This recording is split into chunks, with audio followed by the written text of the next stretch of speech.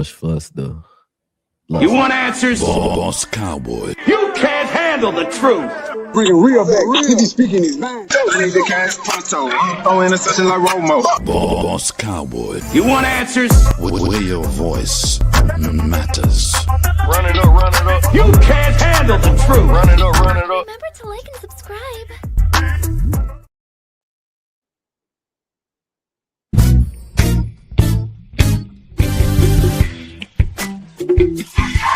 Yes, indeed, man.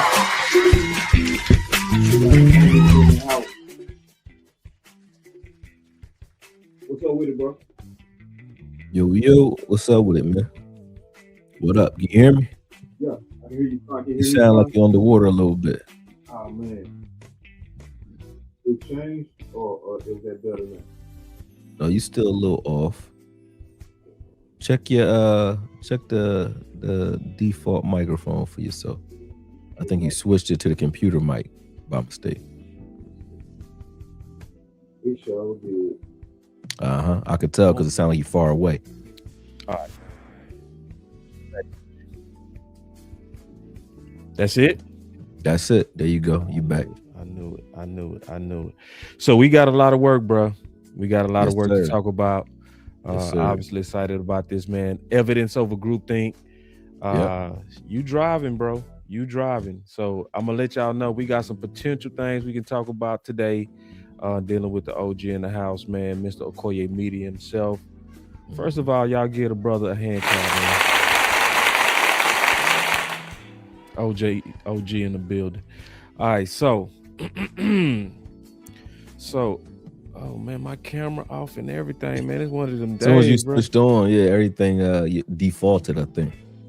So you still on here somewhere. Easy fix, man. Easy fix. I see what happened. Boom. I should be back right now. There you go. All right. Thumbtack. All right. So the biggest talk has been kind of like this Murray Logan thing. We can kind of go there.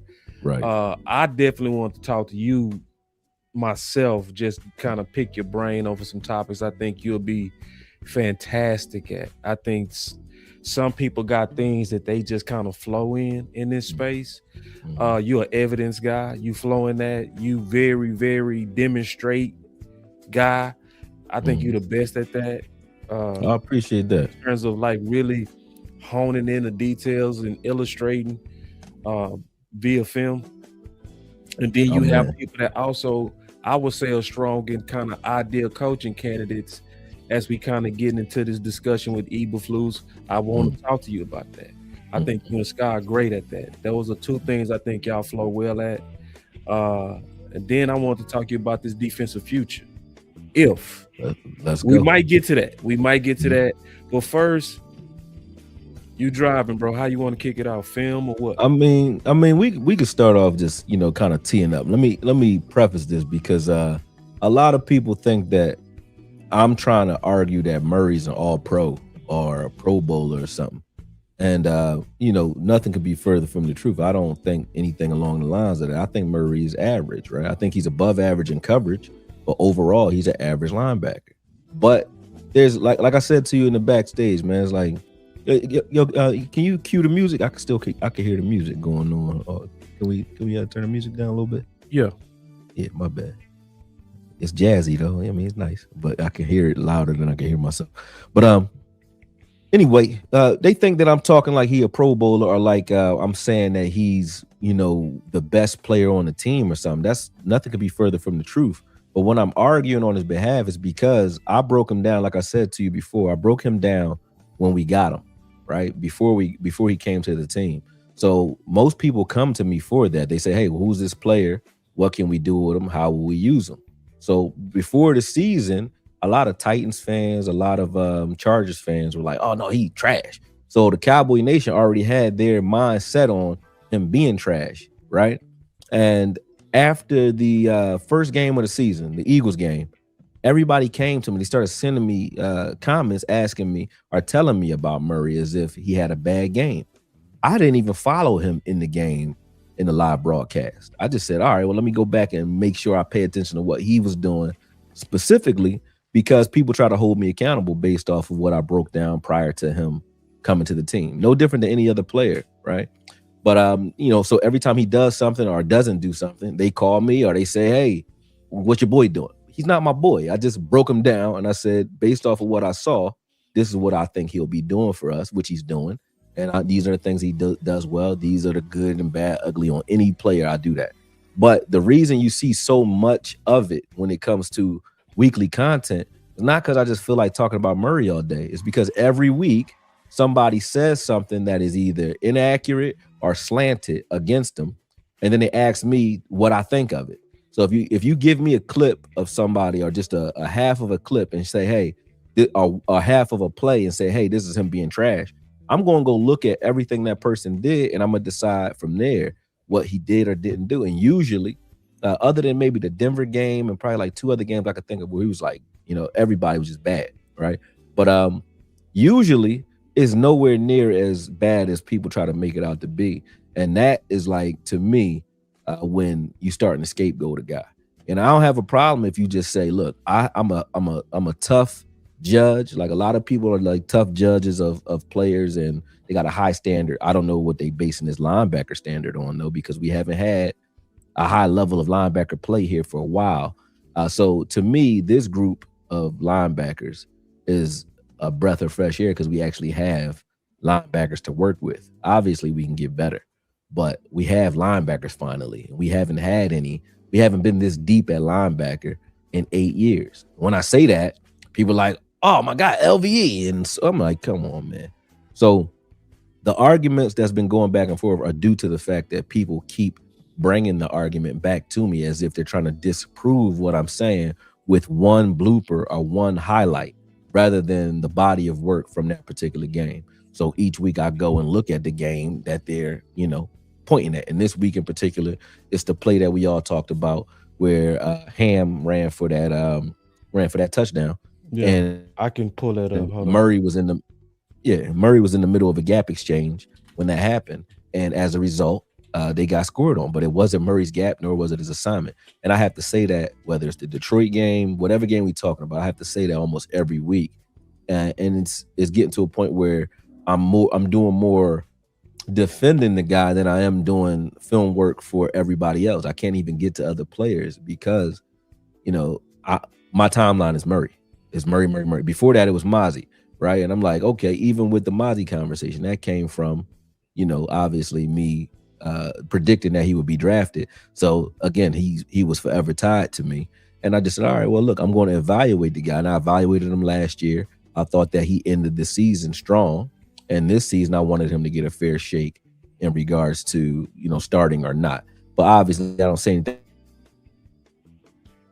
about him anymore because why would I complain when we got Quinn Williams? You know what I mean? I'm not complaining about defensive tackle anymore or Mozzie if the answer is we get rid of him and keep Quinn Williams. I'm all for that. But yeah, that's the touchdown right there. So this is the Ham touchdown right here. Boom. But what's amazing about this, Akoye, is the fact that so many people were just so loud that he was wrong. You see what I'm saying? Right. Which is really kind of getting to the point of evidence over groupthink. And I mean, you somebody that to me I wish was bigger and that I'm wanting to be bigger because you've been rooting for me too, man. I appreciate that. Yeah, the boss always giving me the motivational pep talks like, man, you're not doing what you're supposed to do with life, man. You always call me, tell you be grinding me up, man. But I'll be needing that though, because usually it gets me to come back to film because I had really left it alone for a while until you called me and start coming at me about this. So I do appreciate that. And a lot of people don't know how hard you go in behind the scenes to make sure everybody in the community who you bang with anyway are on point and doing what they're supposed to do. Like you'll definitely call me and hold me accountable. So I appreciate that. The same here, bro. Like, that's what we go always do. We go agree, disagree. We go do all of that. It's all for the Cowboys. Yeah. But this evidence of a group thing, bro, that's to me the big thing because it's something that's just not popular now. It's something that people almost like they don't care about facts. You see what I'm saying? Right. It's almost like a lot of people are stuck into wanting to be right versus letting the film really take you to where the truth is. Because I want to say one thing about, I know Akoye and we a lot of times come to the same conclusions without talking because we do a lot of film work. Right. So like we wasn't over here just saying Mozzie was a world beater, but we was saying what we saying with Murray. He's not what the angry mob is saying he is. Right. And it's one of those things, if we distracted with the wrong, to me, if we distracted with the wrong discussions and competition, we kind of leave holes in rooms for places that needed that discussion, like corner. Right. And that's another thing that that's what ticks me up. Those are the guys I want to be evaluating. We skip over corner almost every week. And I'm talking about every week there's something in the secondary, something going on in the secondary that make you scratch your head, man.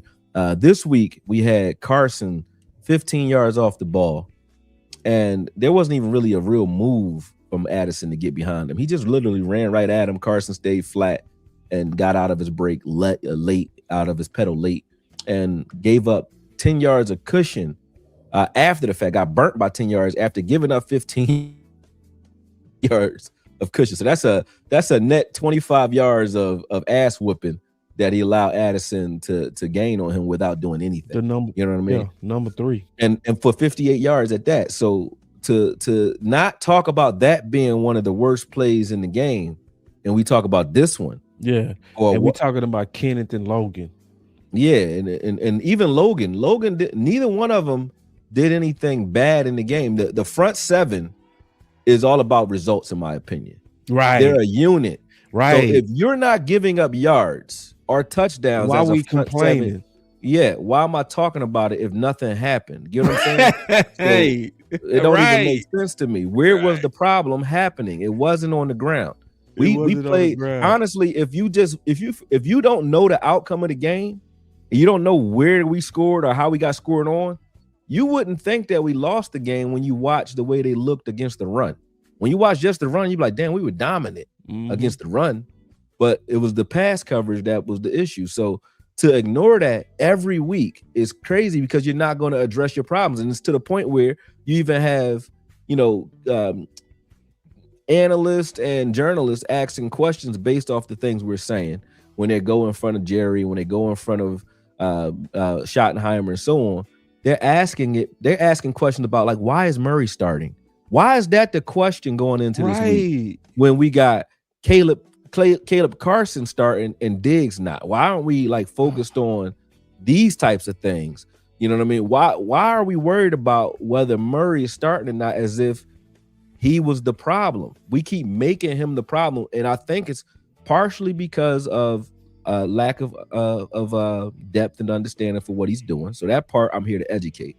But the other half of it is a real issue, because I think the other half of it is we have players that we either like as content creators and analysts, or players that we think are untouchable, like Micah Parsons when he was here. Nobody wanted to criticize him, right? Because they want to land either a dream interview with the guy or they just like the guy. And I like certain players too. I like Osa Odigizua a lot. If you look at the college film that I broke down of him, I loved Osa coming out of college, right?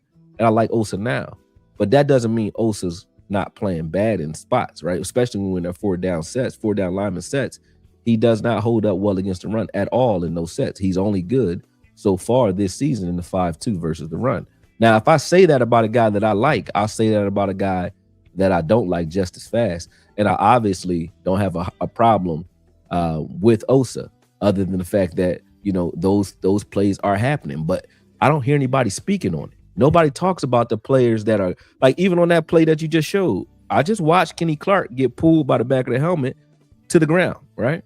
And when he did, nobody spoke on it. We don't got to pull it back up. We can pull. You can cue that up. We can jump right into the film. Let's go. You wanted to go back to that film I just pulled up? Whose gap is that? That's what I was asking. Like, you can see whose gap this is. That's Clark. Kenny Clark and Quentin Williams' gap. That's where he ran. Nobody said either one of their names, right? Because they're the popular players of the two. You know what I'm saying? Nobody's gonna say it, and most people don't know the assignment in the gap. Now let me ask you: if that was Mozzie or if that was Mozzie and Quentin Williams' position, or Mozzie and Kenny Clark's position, would they say that? What would they be saying right now? What would they be saying? I think most people think that's good. It would be football. trashing Because he blew him up off the ball, but it's not about just blowing people up. You gotta share. No, he got when he blew him up, he got held in the back. He grabbed the back of his helmet. See right there, boom. Yeah. He held his head down so he couldn't lift his head up and make a play. That was just smart headsy play by the lineman. That's I mean, he knew the play. Yeah, smart. It was smart. Yeah, it was smart. He got beat, but he made so that Kenny Clark couldn't make the play regardless. Right. Yeah. So I respect that. Yeah.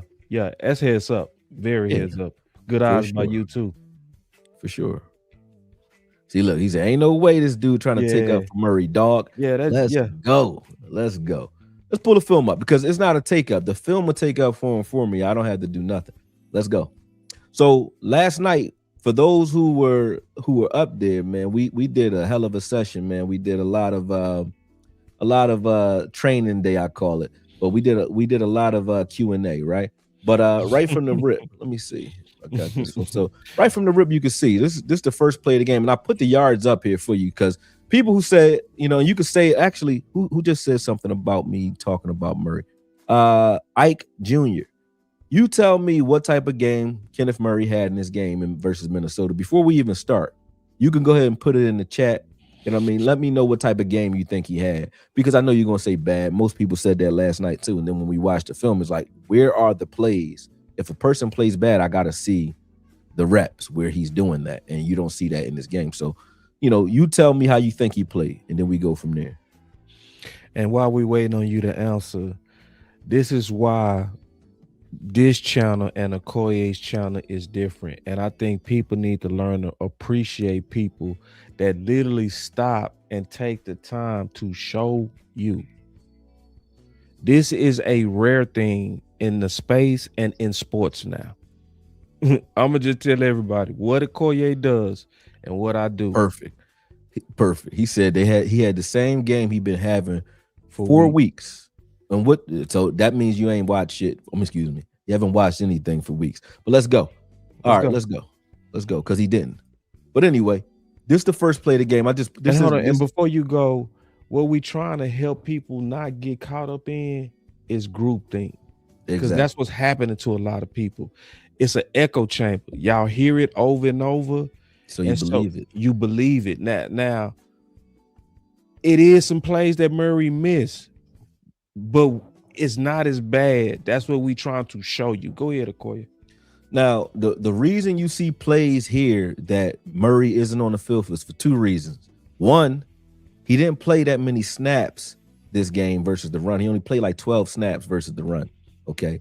And then two is to show you that I didn't cherry pick anything. So I'm putting every run snap that's not a scramble or not an insignificant run. Yeah. Every significant run snap is here. Right. Every last one of them. Right. So you can't say I missed you're not one. Cherry picking, right? Yeah, there is no not highlighting, low lighting, nothing. And I'm showing pattern recognition as well because there's a pattern to how these linebackers were asked to play in this particular game, and it changes game to game. But they were all scraping in this particular game. They were scraping or doing what you call gap exchanging or run stunts. Those who don't know what a run stunt is, I'll go into that, or what a gap exchange is. It's a way to disrupt a blocking scheme. So if you have a blocking assignment pre-snap and you say, hey, you tell the lineman he has to reach this linebacker for whatever reason, right? And at the snap, so you know how we have like a pre-snap read for a quarterback and a post-snap read for a quarterback? Yeah. There's a pre-snap read for a lineman and a post-snap read and adjustment for a lineman as well. So if I'm lined up as a linebacker and a defensive lineman pre-snap, and the guard and the tackle has a certain assignment based off of where I am pre-snap, post-snap, if I run what we call a gap exchange or a run stunt or a run blitz, right?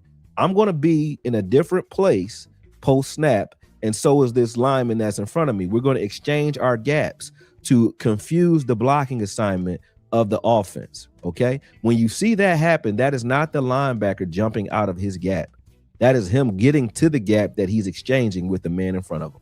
That is football one-on-one. That happens all day, every day. And you'll see how common it is now that you know what it is. And when I show you what it is, you'll see how common it is in this trying game. to set you up to see the pattern of it. So he's basically saying that Murray is doing what he's supposed to do. That's what he set you up to see. Correct. So let's go. I'm playing.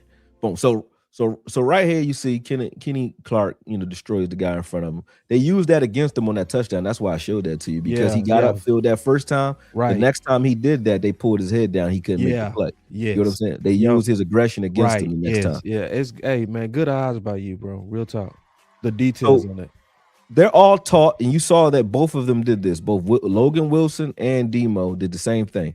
Get to your gap. So they both got to their initial gap, which is their front side of the play. And then they flow to the ball after that. Get to your big gap, find the football. That's it.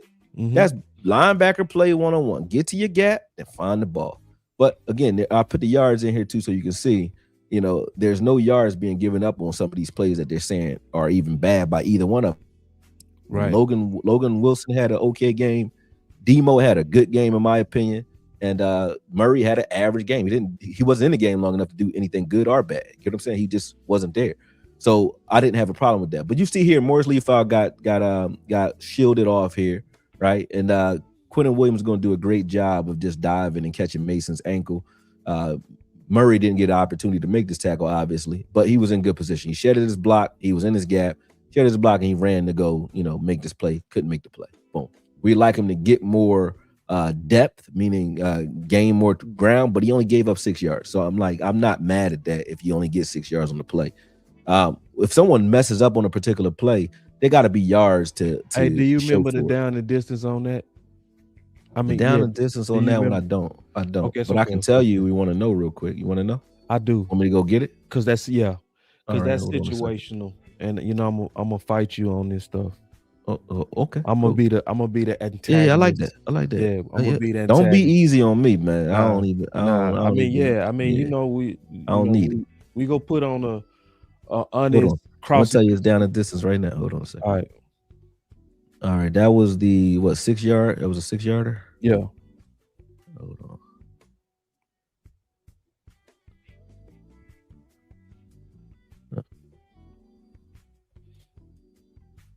I ain't gonna do this again, bro. On my back. I got you digging. Yeah, I'm digging. I'm looking for the 6 yard Hey, run. Man, don't worry about it, bro. I don't know where it is. I don't know where. Oh, yes, I do. I see it. Okay. I see it. This isn't the one with Bland tackling those. It was No, don't worry about it, bro. Let's hold on. I'm gonna find it. You was cooking. Boom. Yeah, I don't see a 6 yard run. I don't see the 6 or 7 yard run on here. Don't worry about it. Maybe it was shorter than that. Oh, it was only 2 yards he made. I gave him 6. No, this ain't that play, is it? Nah, man, I got you in you gotta find it, Mo. Don't try to I gotta find it, Mo. Let it go. But anyway, long story short, we don't need that one. But anyway, on this particular play, you see that Bland comes down, he squeezes the C gap, so he's gonna force the cut from Mason back inside. We can press play on this right here. Boom. Yeah. He's gonna force the cut to Mason back inside. This is Morris Leafau and Quentin Williams making this play. I'm just showing you like the front seven. Play, the front seven was doing the job. Great up front. Like there's so many 1 yard, 2 yard gains in this game. It was crazy. So in other words, like, why is we making Wilson and Murray the crisis when the front seven doing their job? Fine. Now this is what Murray was doing on that touchdown, right? Mm-hmm. This play is this flipped. It's the opposite side, but what he's running, what you call a gap exchange, and I'm gonna show y'all what that is. The man in front of him, I think that's Thomas, I believe, Solomon Thomas. Watch where Solomon Thomas crashes on this particular play. All right, let's watch what he does on this play. Solomon Thomas crashes inside, right? So now where's Murray's gap? Murray's gap was the A gap, right? Solomon Thomas just crashed into the A gap. You see that? Mm-hmm. So now he must exchange and take Thomas's gap, which is the B, which is why he flashes in his gap. That is a gap exchange. Right. Okay. That happens all day long. So when he crashes inside, Murray's job is to play off his hip because he has to play the grass off of his hip, and that's what he's doing. Boom. He makes a play for 1 yard. Nobody talked about this play, but I'm like, all right, he made the play for 1 yard there. And then when he does this same, they just countered us real well because when he does this same thing on that touchdown play, He did it to the opposite side, and they scored because they ran away from him. But hold on, keep going. All right, so this is just me explaining what gap exchanges are. So you see the defensive linemen are all pinching. So when they're pinching, that means they're breaking inside in their release off the line of scrimmage. Okay, and as a result of that, the outside linebackers or the safeties or the corners, whatever alignment you're in, whatever sub packages you're in, if you're in the base formation like they are here, it's your linebackers that are going to do it. If you're in like a nickel look and you have a safety in the box, it may be Wilson out here gap exchanging. But a gap exchange is when your line, like you see here, boom, they coordinate like a stunt versus the run. Okay, that was not Morris Leofold jumping out of position. That was him getting into position to contain, so that Zaraku can crash into the B gap successfully. And if you think that's wrong, look at them doing it on the other side. Fowler and Demo are doing the exact same thing. Okay, crash and contain, crash and scrape. People call it different things, but it's just simply put a gap exchange or a run stunt.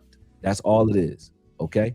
And this happens so often in this game. This is the way Eberflus chooses to stop the runs on the edge, because now that he wasn't doing these all year. Sometimes he's playing straight up. And when I say straight up, meaning the defensive end, his job would be to see gap earlier in the season.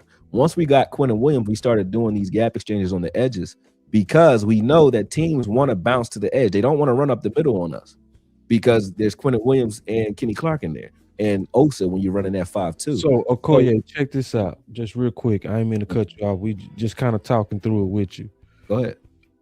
The other side, what I'm almost certain what the other side is thinking is that Murray doesn't make plays and that he's trash. So, because you built the case, if people really paying attention, is that assignment wise, he's doing what he's supposed to do. One, two. The front is playing because it's a unit assignment, not a man assignment. Correct. So that's the case that he's built up so far. Right. All right. So we can show the rest of this, right?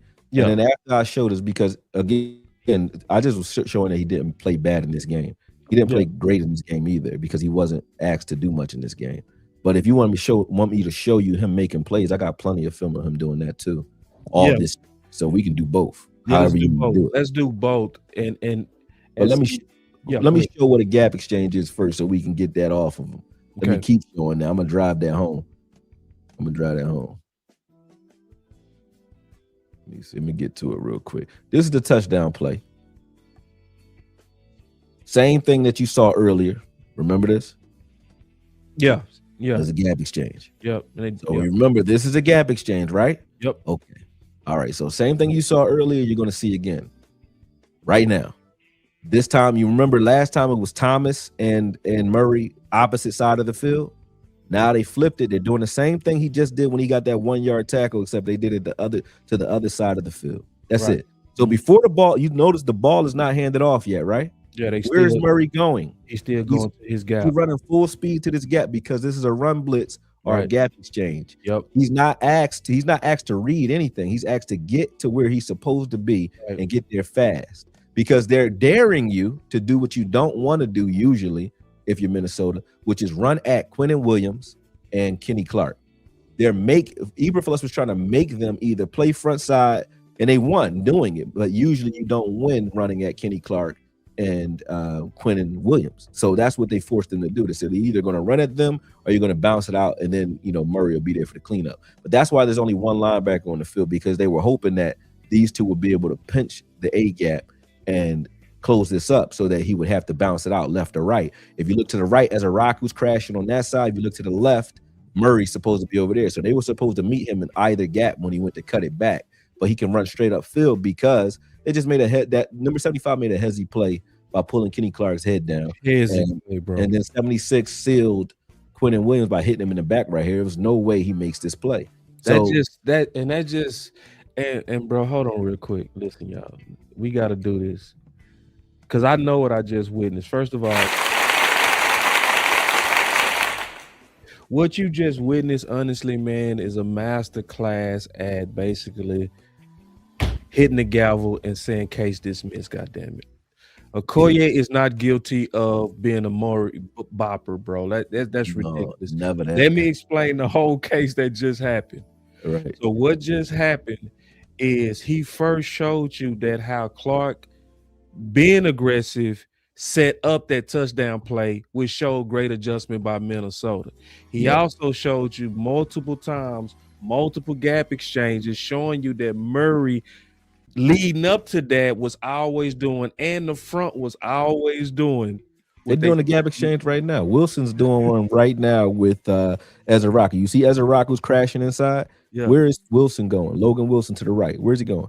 He's going right into Ezra Rocky's gap. Yep. You know what I'm saying? Yeah. They also said Demo had a bad game. All the linebackers played bad. Demo missed 3 tackles that resulted in to like 9 yards total. But every one that he missed was like a tackle like this, where he made the play even though he missed the tackle. Right. Like this one right here. He made the play by plugging that gap and made it so that he had to run right into Clowney, and Clowney just finished it off.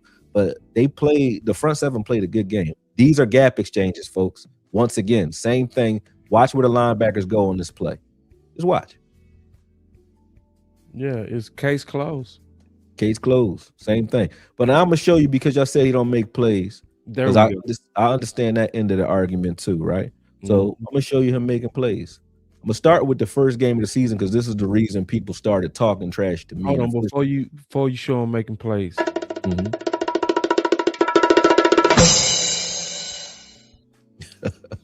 I like all that. But put this one in him right here, man. The second one, that second video.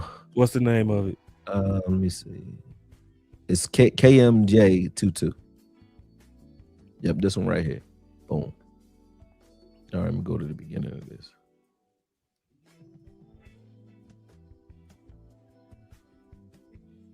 This was the first play of the game, and this is what showed me. Well, I said this when we got him anyway, how we're going to use him. But this showed me where his value was, because you can see Dallas Goedert is going to come across this formation.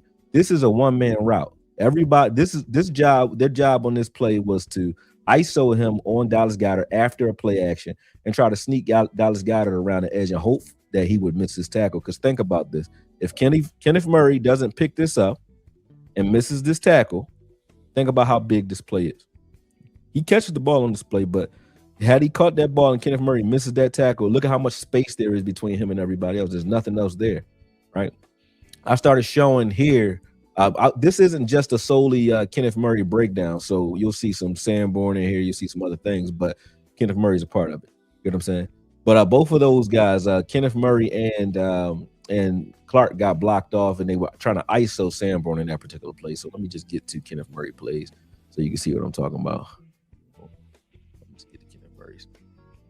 That's a cleanup. That's him playing well. All right. This was a bad rep, and I put this out here, and I showed why, right? So Kenneth Murray right now is reading his man. He's reading the screen, okay? He's not looking at Dotson. He's looking at Goddard because he knows that he has to shed Goddard. He doesn't think that Dotson's about to hit him short. Like Dotson stopped short and hit him and spun him around. That's a bad rep, but I put that in there as a bad rep. So someone sent me that rep of the first game of the season and said this dude is trash. That's how we started this whole talk track for this year. Okay. Yeah. So basically, this is what caused you to have a deep dive analysis every week, because how this whole thing happened is your film breakdown in the offseason of what he did in his stops. Correct. Then caused you to be a target for like kind of naysayers, right? Yeah. And people that was betting against him, and then that just kind of kept you on the track of tracking his play. Yep. Now, this is where it got good to me. When I was watching him in his run fits, I said, all right, you know, he's found wanting. There's some things that he can do in the run game, I'm not going to lie. But when I started watching what he was doing in the pass game, I said, I don't know that many linebackers that could do this. I mean, I don't understand that. Like you can name the linebackers that you can see ever line up at nickel where he is right now and cover Smitty on their own and then make the tackle. We have Caleb Carson, who I've seen miss plays like this routinely. You know what I'm saying? We have corners who can't make these types of plays. You know what I'm saying? So for a linebacker to even be asked or trusted to do it already says a lot. but for him to do it and do it well, like this is an A+ play right here. But nobody brings these plays up, because to bring them up, you gotta now erase the other bullshit that you said he was trash on, right? So let's look at this. Look at this. Watch this. He's in press coverage against Smitty, not against AJ. Yeah, that's athlete on stiff. And he's in his hip pocket the whole route. Yeah. And then now if he just does that, that's already a B play right there. Just being there. But to make the tackle in space after that by yourself against Smitty, crazy. It's crazy. Let me pause real quick and kind of explain that, because from how they used to scheme that when I was in college, they used to call that athlete on stiff. That was automatic big win for the offense. That's D. Smith versus Murray. Like, a lot of people still might knock that, but it's like, bro, athletically, that is impressive. Crazy. That's ridiculous, right? But if that was one time in the game, I would say, all right, I mean, maybe he got lucky, right? It's the same game. All right. Now he in the slot again, this time against Dallas Goedert. He's getting assignments that corners get. These are assignments that corners get. You don't ask linebackers to do this type of stuff. And when we held them to 16 yards and 22 yards, if you pay attention to who's actually covering, again, bro. Hold on. we held AJ to 16 yards, and we held the other one at like 6. So they had like 22 yards combined between the two of them, right? But when you watch, we gave the credit to the corners. We gave the credit to Trayvon and the Bland in this game, right? Who is covering them in this game? Kenneth Murray is covering the wide receivers in this game.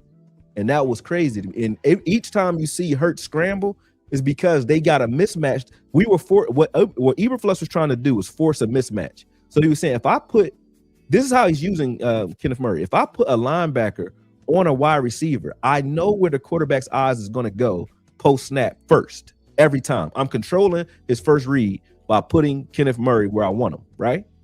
Now they stare down Kenneth Murray almost every time because they're trying to wait for something to bust open. And each time he has to hold the ball. Now this is him versus Dallas Goedert on which mean he was covering. Correct. So he's in position right now, right? Boom, still covering him, no space. What happens with Hurts? Hurts couldn't get the read that he wanted. He ran. Right. Why did he scramble in that play? Because he lost. Yeah, again, basically because Goddard lost the rep on Murray. So correct. You want a plus when you get a tight end versus a middle linebacker. That still categorizes an athlete on the stiff. Look at this. So here he's in the slot against Dotson, right? Boom.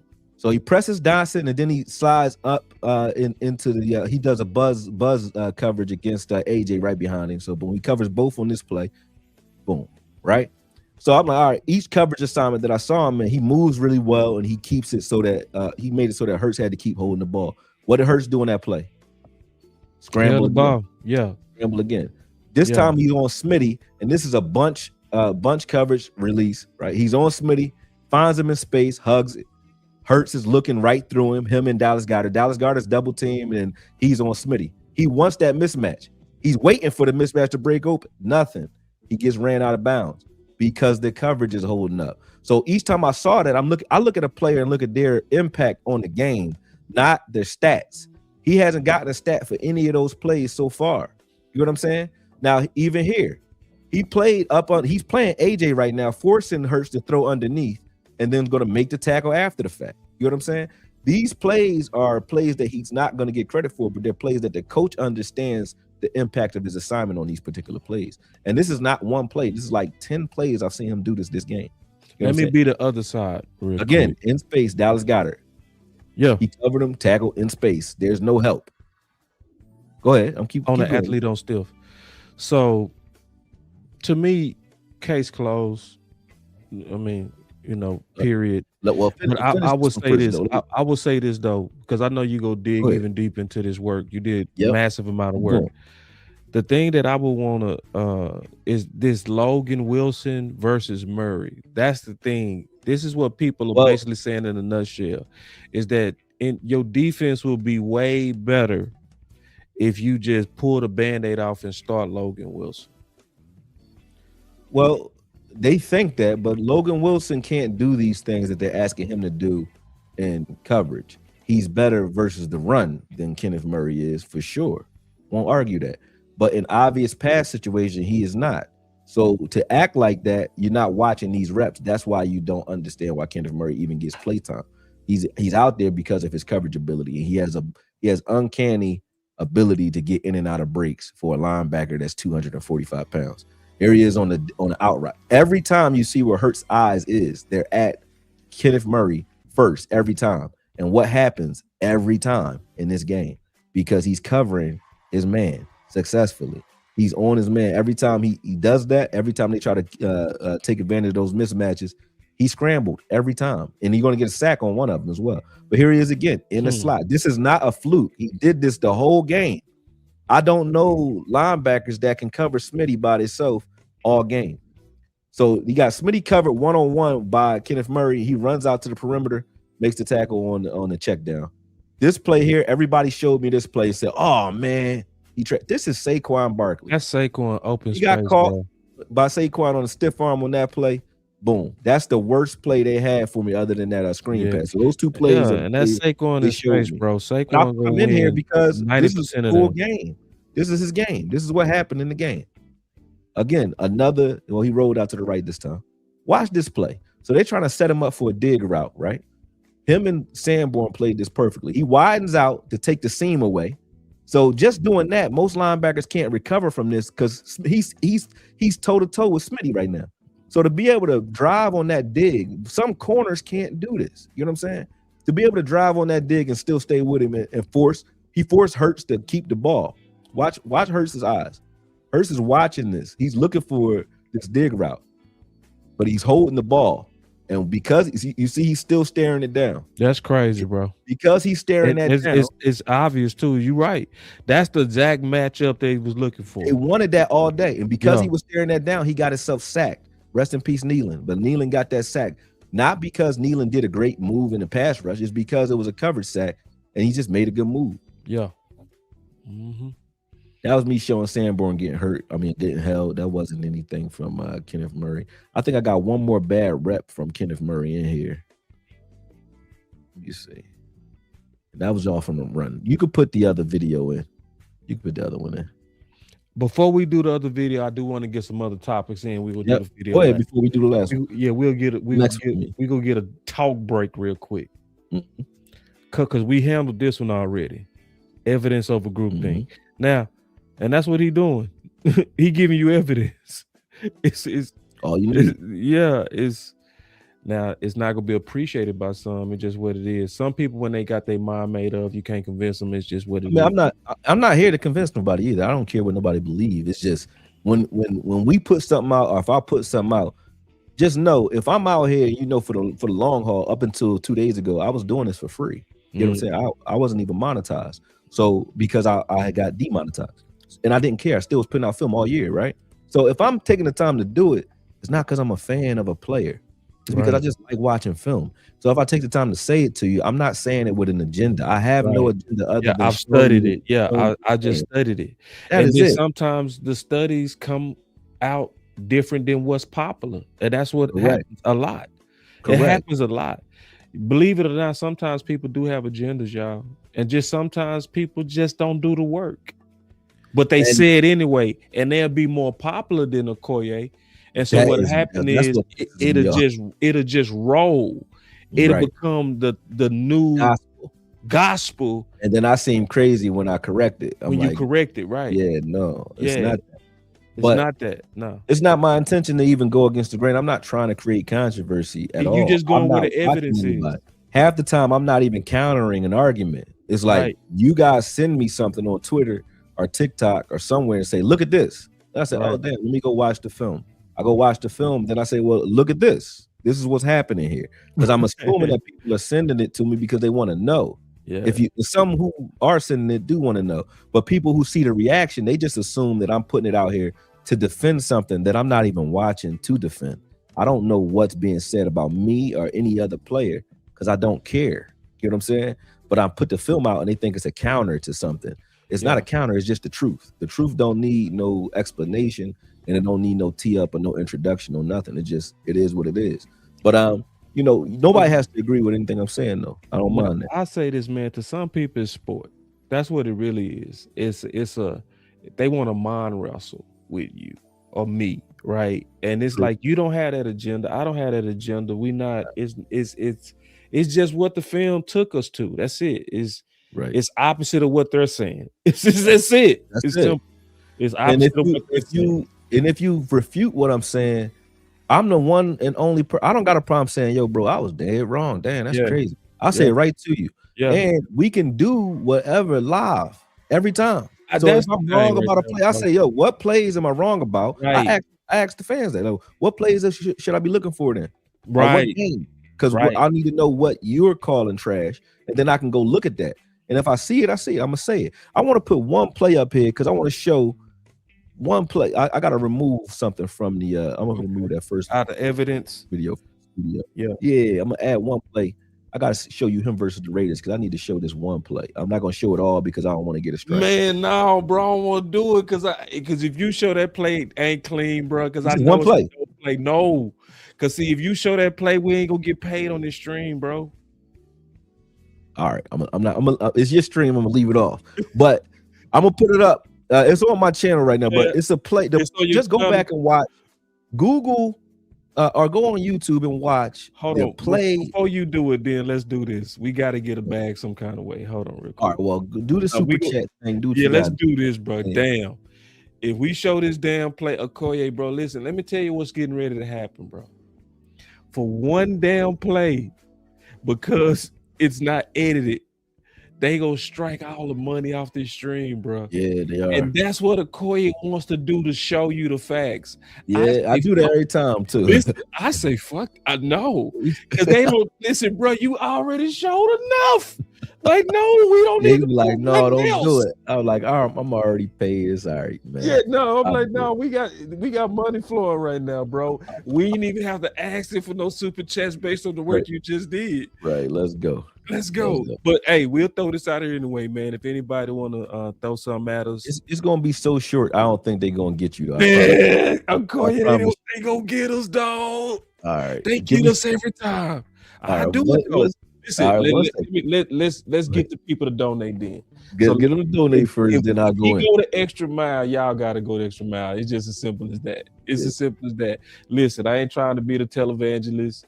I ain't trying to be the person to try to get you. We ain't gonna send you no handkerchief and no oil and no blessing magnet. You know, we just gonna be able to continue to do this work. So let me throw up my boy super chat real quick, cause he the one that's driving, okay, and he the one that's making the case very heavily, and I think he just kind of proving it in terms of with the film.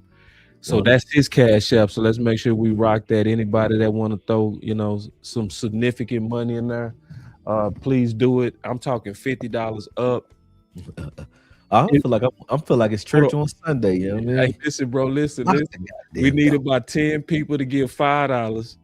We need about 20 people to give $2. You hear me? You hear me? I like you. I'm about to bring you on every show. Like, yo, boss, get him. You gonna have a bag.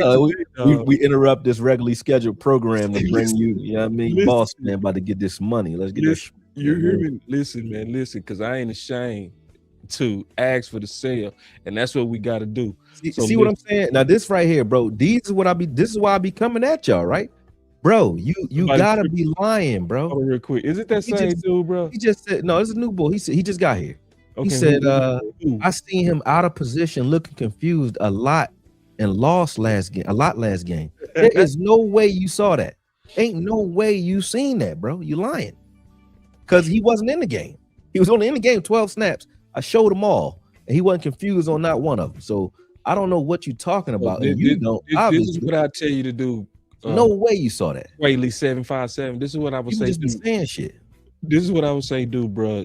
Like Akoye did a whole breakdown. If you just walked in, where he super proved that they was running gap exchanges, not even just Murray, all the linebackers. He paints it so picture.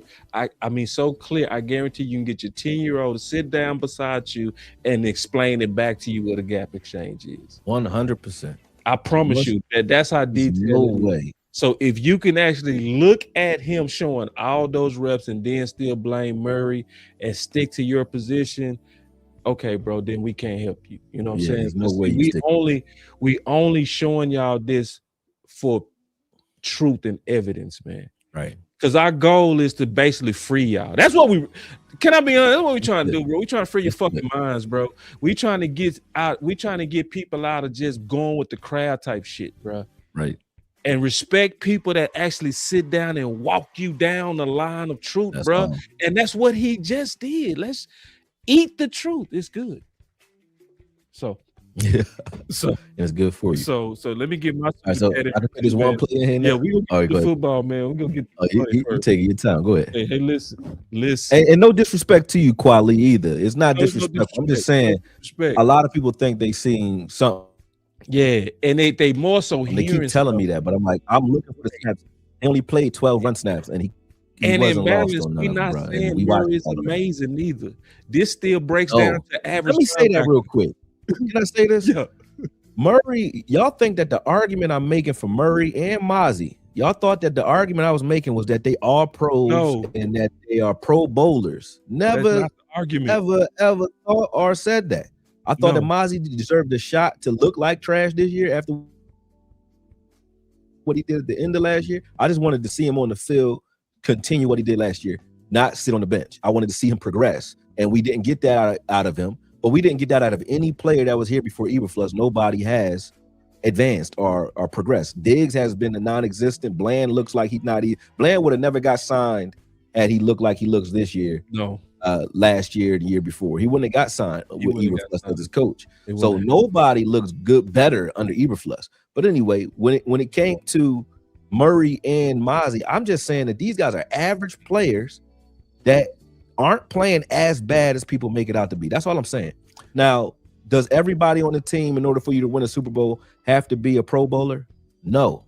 We had a team with 13 Pro Bowlers on it, right? That's rare. So saying that, he's not good or not great doesn't mean anything to me, because somebody on the field is going to be average. Right. On every team, there's Yeah. average players Yeah, that you still need to do their job in Right. order for you to win. So Right. Murray, just because I say he's a player that can help you win, does not mean I think he's great or a Pro Bowler. That is not what these arguments are saying at all. At all. But he has talent that you can The use if you use it effectively. Argument is this: they are not as bad as what they telling y'all.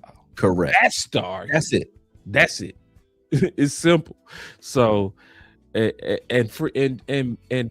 it's don't go with the crowd, bro. That's the other thing, bro. Just take pride and appreciate people that actually show you, dog. He said he's not making plays. That's simple, right? I'm gonna show you. Listen, But man, when he make a play, when It's- people say that, and when you say that, when he does actually make a play, in order for you to justify your own bias or confirmation bias, you got to ignore the plays that he makes in order to justify that. So you're going to keep ignoring the plays that he does make and be like, that's luck. And, See, that listen, was luck. and You know Akoye, what I'm saying? that's why we ain't gonna lose no damn money tonight showing more evidence. Fuck that. Don't show that play. I know it's a dope play from the Raiders. I don't even care about it. I do want Well, to see it, but let I me ain't do it, go because man. people ain't I gonna promise appreciate it it, ain't bro. gonna happen to Law you. said this and he right. Any man convinced against his opinion is of the same opinion still type shit. Law say something like, you know what I'm That's talking actually about. true. We, Yeah, law do we say ain't that. got nah, bro. I'm not finna lose $1 over people that don't appreciate this work, bro. Fuck that. I ain't doing. I'm sorry, bro. I'm gonna have to take an executive rule to not get these type people $1, bro. I'm sorry, bro. I'm not I doing. know, but it's not gonna get a strike. You're not gonna get a strike for it because it's gonna be less than 30 seconds. I promise you. All right, let's go. If I do, I will pay you myself if it's a strike. My word, I'll pay you myself. You know what I mean? And I send it tonight. All right, bet. Then- Let's all right, do it. bet, I feel bet. better. Let's go. I feel better. Let's go. All right, cool. I gotta get my dollars, dog. Yeah. All right, which one? See, I gotta get my money. I'll play with the money. Huh? Hold up. Real quick. Watch this. Hey, bro. All right. And Cassie ain't appreciating the shit. And what we doing, bro? Bro. I ain't doing. You said why it don't show on the stats? I just showed that you must have just got here. Yeah, you don't get stats for good coverage. Hold on a second.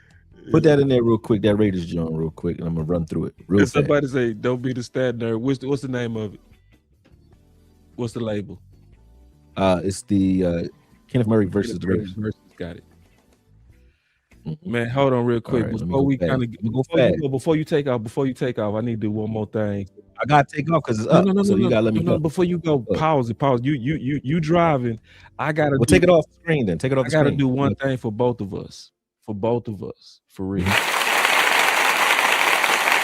Cause we driving the hell out this shit right now, bro. I do want to say that, bro. This boy Akoye is say, man, listen. I'm talking about co-producer. Let's go. Appreciate it. All right, let me get to it fast so we don't hurt you.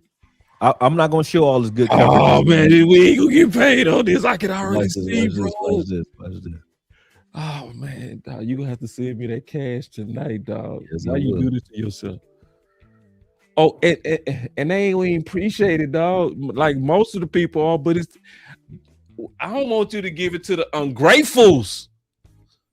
I do want to see this play though, because he told me this play when I was in the barbershop early. I talked to him on the phone. I mean, just he bit on the play action right there, right? So he out of position. Yeah, this is exactly what you want if you the Raiders. He bit. Yeah, he bit deep too. That's what you want.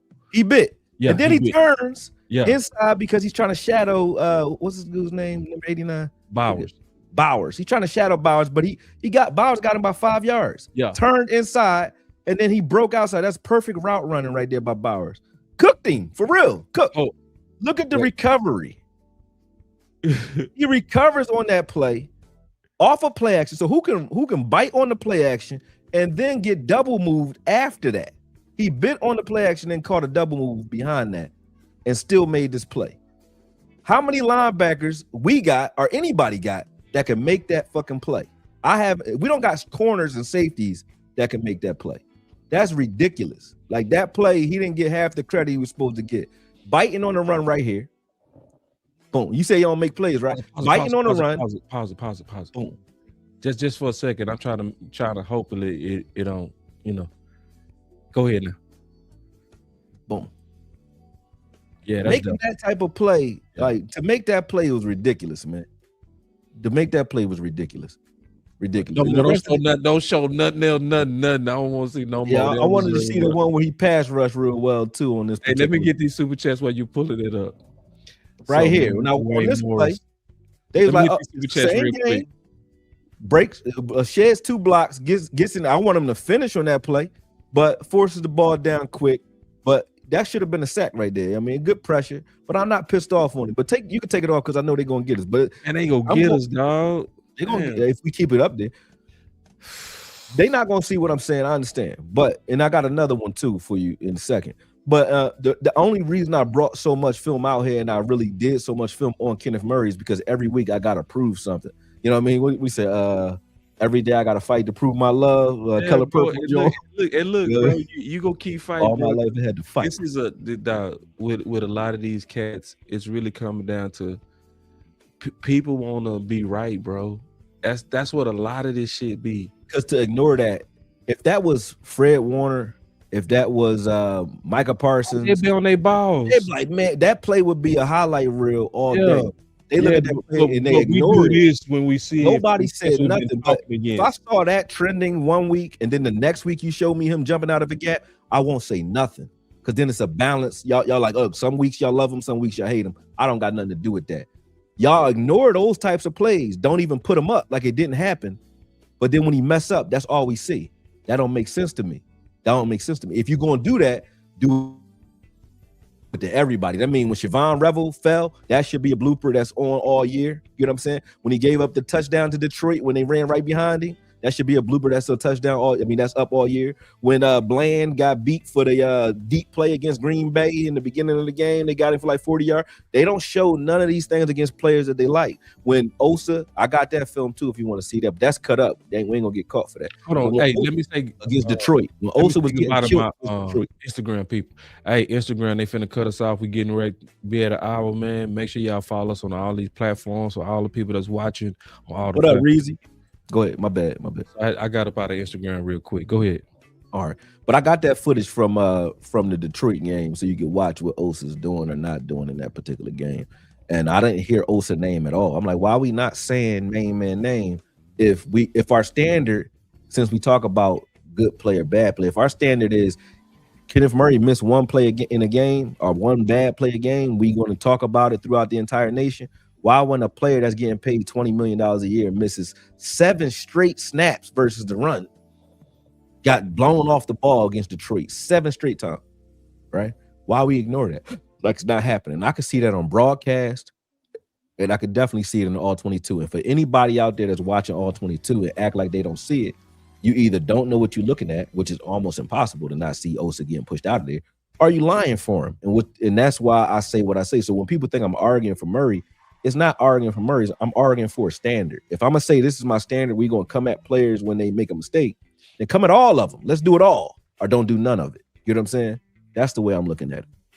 So let me hit these super chats, man. Like Akoye, man, you'll be sending me a fat ass, you know what I'm saying, cash after that, big dog. Yeah, we ain't get struck. We ain't get struck, but add it up for me. Let me know what you missing. If they send you a demonetization joint for that one little clip, then hey, it is what it is. That ain't gonna be nothing. My word. We play with no word. We both play with it enough. They ain't gonna do that. Yeah. So my boy D Morris say, this is why I refrain from commenting fully on games. I see you tonight's post, the All 22, because the TV doesn't show the true story. Yeah, it take discipline to be like that too, D. It really does, and a lot of us don't. That's a learned skill. That's a learned discipline to kind of slow yourself down. And then it's okay to sometimes react in the moment, but then say, I'm gonna go double check that. You know, that's what the people like the savants do, like yourself. So my boy say Shops, Bobby Wagner, Gap Exchanges. Yep. Yeah. So so I want to get this in here real quick with you real quick. Yes, sir. Let's go. Sorry about that. 2 things. Ideal coaching candidates. I want to get your trees. I want to get your thoughts. I want to get kind of like, and then I want to just go back and forth with you on kind of what I see too. And then I'm gonna bring up some people that been coming up. Just get your thoughts on them. Listen, y'all. I want to get y'all ready for this because to me, this is where he shines. Like, and when and I'm gonna say this. This is how I see Akoye, bro. Like, I'm gonna tell you exactly how I see Akoye. Akoye can be talking about badminton, and I'm gonna listen. This dude got one of the best minds, hands down, bro. This dude can be talking about croquet, dog, and I'm gonna be listening. He gonna break that shit down. I'll be like, damn, well, I want to play some croquet.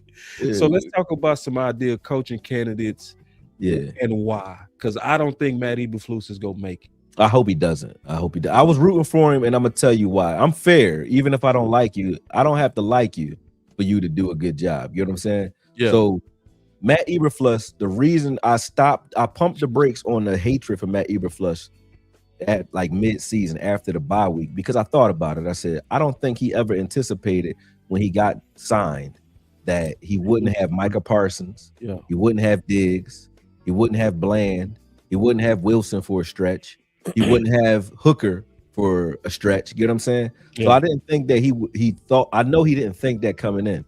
So for him to have to, play musical chairs with his secondary and with this defense, I had to give him a little bit of grace because of that. And then once we went out and got him some weapons, we got him Quinnen Williams. I saw what he did the first game out. I said, okay, well, now I'm going to judge you from the Quinnen Williams signing to the end of the season. I'm not going to judge you from fair. I'm judging you from Quinnen Williams on because you had to get some talent that you can build around, especially in that front seven on this team. Now, the defense, as far as the run since Quinnen Williams has been here, the run defense is solid, in my opinion. We've been good as far as the run. Even in the Detroit game, Jahmyr Gibbs only had 43 yards on the ground.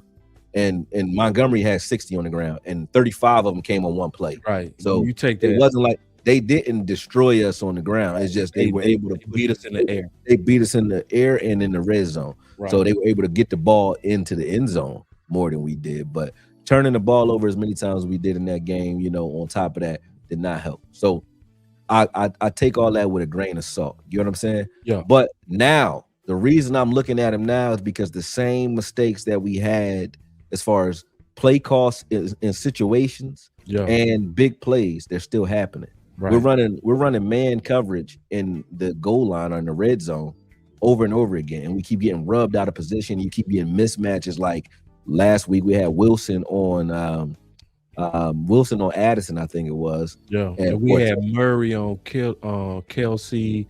We had Exactly. receivers on Logan Wilson. And that keeps happening because Yeah, we don't know the we don't know what we packages. want to do. Right. Yeah, the packages in the red zone just are Yeah, strange. it's Even that play strange. that you're blaming right now this week, Right. Murray 4. Why the hell is it a play where there's only one linebacker Right. behind the line? Why did we call that anyway? Why are we doing that? So to see that and say Murray, well, why the hell is that what you call? And he choose one gap, which he's supposed to. There ain't nothing behind the line to Bro, stop nobody nobody. noticed that, bro. We How we blame on Murray the for goal it. line with nickel Don't make sense to me. with two backs? Don't make. They wanted more linemen on the field, but there's nothing behind the line, so it doesn't make sense to me. But either way, we keep running those types of looks over and over again, and they keep getting beat. And see, So it's not. He's not learning. and that goes to Shotty saying, "What the f we doing?" Right. Exactly. That's why he did that. But to your point though, coaching candidates, because I don't think Eberflus will be around. No. I like anything from, if we can get a tree wise anyway. Okay. Anything from Spagnolia's tree, I would take in a heartbeat. All right. Because Spags, if you guys want to treat in all 22, you don't even got to know what you're looking at. Right. Go watch KC and watch it from the sideline view of any game you want, and watch how they rotate pre-snap and post-snap. Yeah, It's beautiful. The disguise. Everybody on their defense knows each other's job, meaning they play musical chairs. I call it musical chairs coverage, meaning they'll be rotating. Like the safety might rotate down into the box. When he rotates down in the box, the corner will still be down at the line of scrimmage, but he might back off maybe 5 yards. If they snap when they're in that position, the safety, if they're playing cover 2, the safety will guard the flat instead of trying to dash back to the middle of the field. The safety will just guard the flat, and the corner will play the safety's deep half in that cover 2. And they'll do stuff like that, whether they're playing cover 3, cover 2, whatever it may be. They'll play match man where they'll stay in position instead of following. They won't follow when you put them in motion. So pre-snap, a quarterback will put a guy in motion because he's hoping to see a guy follow so he can determine if it's man or not. They'll do that and play match man and sort of look like zone because they won't follow. But then at the snap, whoever is near that guy that went in motion is who covers them. It's very strange how they do that, and they do it successfully, and they've been successful, obviously, winning Super Bowls doing it. But anything from Spagnolia's tree, I would take. They say that Flores's contract is up this year, but Yeah. I don't know if Minnesota's going to keep him or not. But I would definitely take Flores here. Throw I a think bag at him. yeah, I think that Brian Schottenheimer speaks highly of him, and you can see Brian Schottenheimer's think track when it comes to coaches. He went and got Clayton Adams not because he knows him and he likes him. He watched what they did to us when we played Arizona and said, that is a run scheme that I want to incorporate into my game plan. You know what I'm saying? So that's why he went and got him. And it's the same thing. When you have a team that he talks about, like he talks about Flores a lot this week, when you talk about a coach and talk about a guy that giving you as a coordinator, Yeah, you want him. you want him because you Yeah. know he's going to give other coordinators. Because Mike problems. McCarthy did that with Zimmer. That's exactly what he said with Exactly Zimmer. that. He kept The giving guys him. that give you problems are the guys that you want on your on the Yeah. opposite side of the ball. Well And I said. think that Flores is a guy that I wouldn't mind having here because of that. But when you look at the talent that we have and the way we are in that front seven, especially the successes we've had in the 5-2, Yeah. I think we need to become a 3-4 team, because 3-4, the only difference between it is, you know, the defensive ends have their hand in the ground and the other ones have their hand up. There's no real difference between it. People try to tell me if 5-2 is different, it's not much different.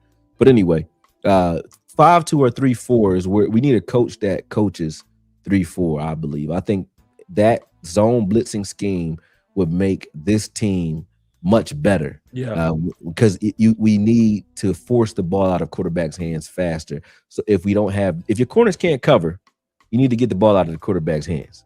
You know what I mean? Our corners can cover, but they're covering in man with no pressure in the backfield. So I think that a zone blitzing scheme with the guys that we have in the front seven, especially how deep our defensive line is and linebacker room and so on, I think that would be ideal for this team. So Rex Ryan is even on the couch. I wanted him to first go around when we got Zimmer. I would take this go round. You know what I mean? So coaching candidates for defense, I think you need either a guy that's bringing organized chaos like a Spagnoli or Rex Ryan. Let me show you the chart real quick, and let's just Yep, go ahead. let's talk through it real quick. Mhm. I got this from my OG Henny. You know, he does great research and analysis stuff. So this was up to last week, but you can see here the more the chart is up than the teams that's up there. Those are the teams with the most disguises pre-snap. The farther right you are, right, those are the teams with the high blitz rates. Right. So Flores blitz more than anybody. Right. You can see he in the 45 percentile. Yeah. Right. Right. So like, and I'm just trying to, because I'm preparing a list myself. So I'm going to talk to smart people like yourself, people that I know have a kind of affinity for this discussion. You can see like where we are. We bottom on disguises and we bottom on blitz rates, you know.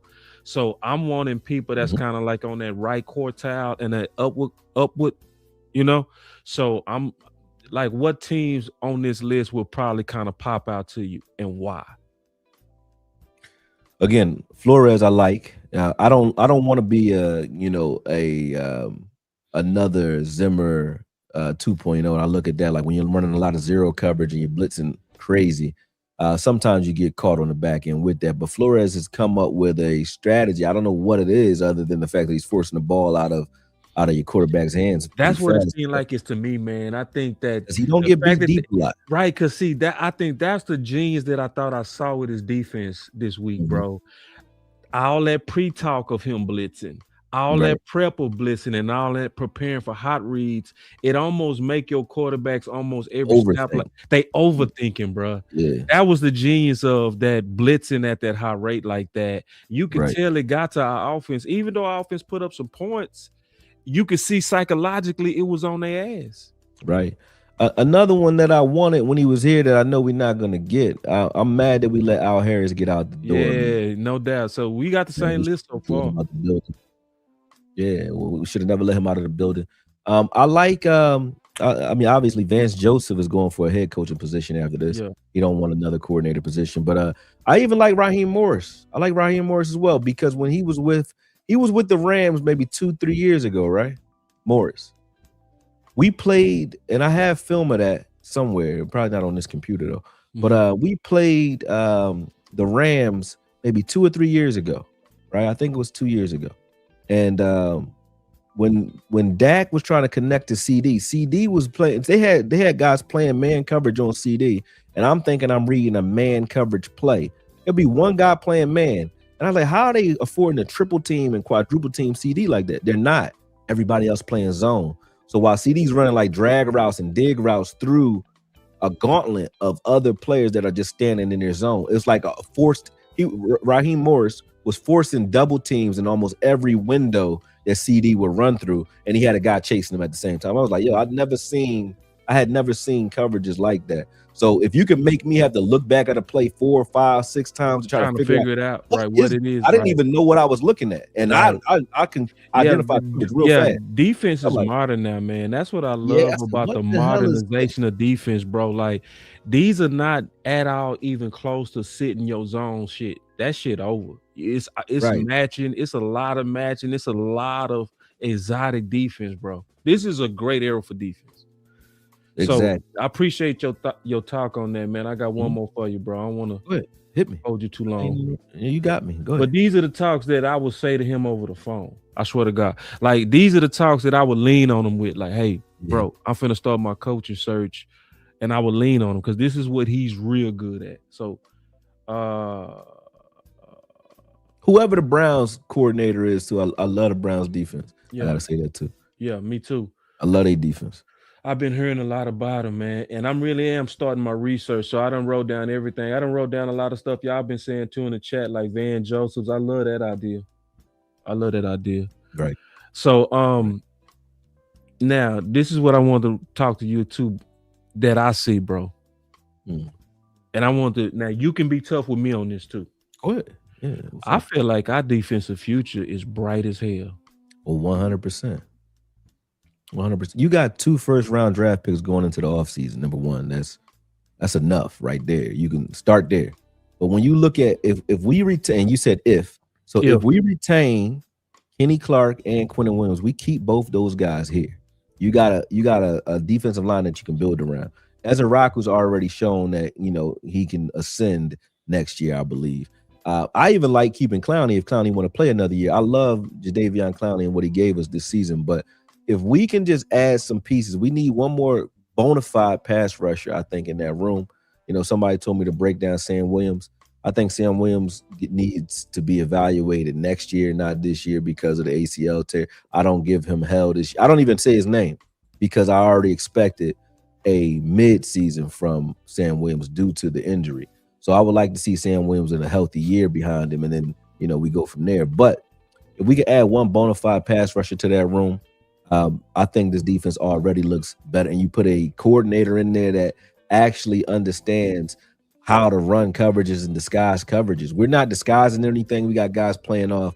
But this is like Chris Richard all over again.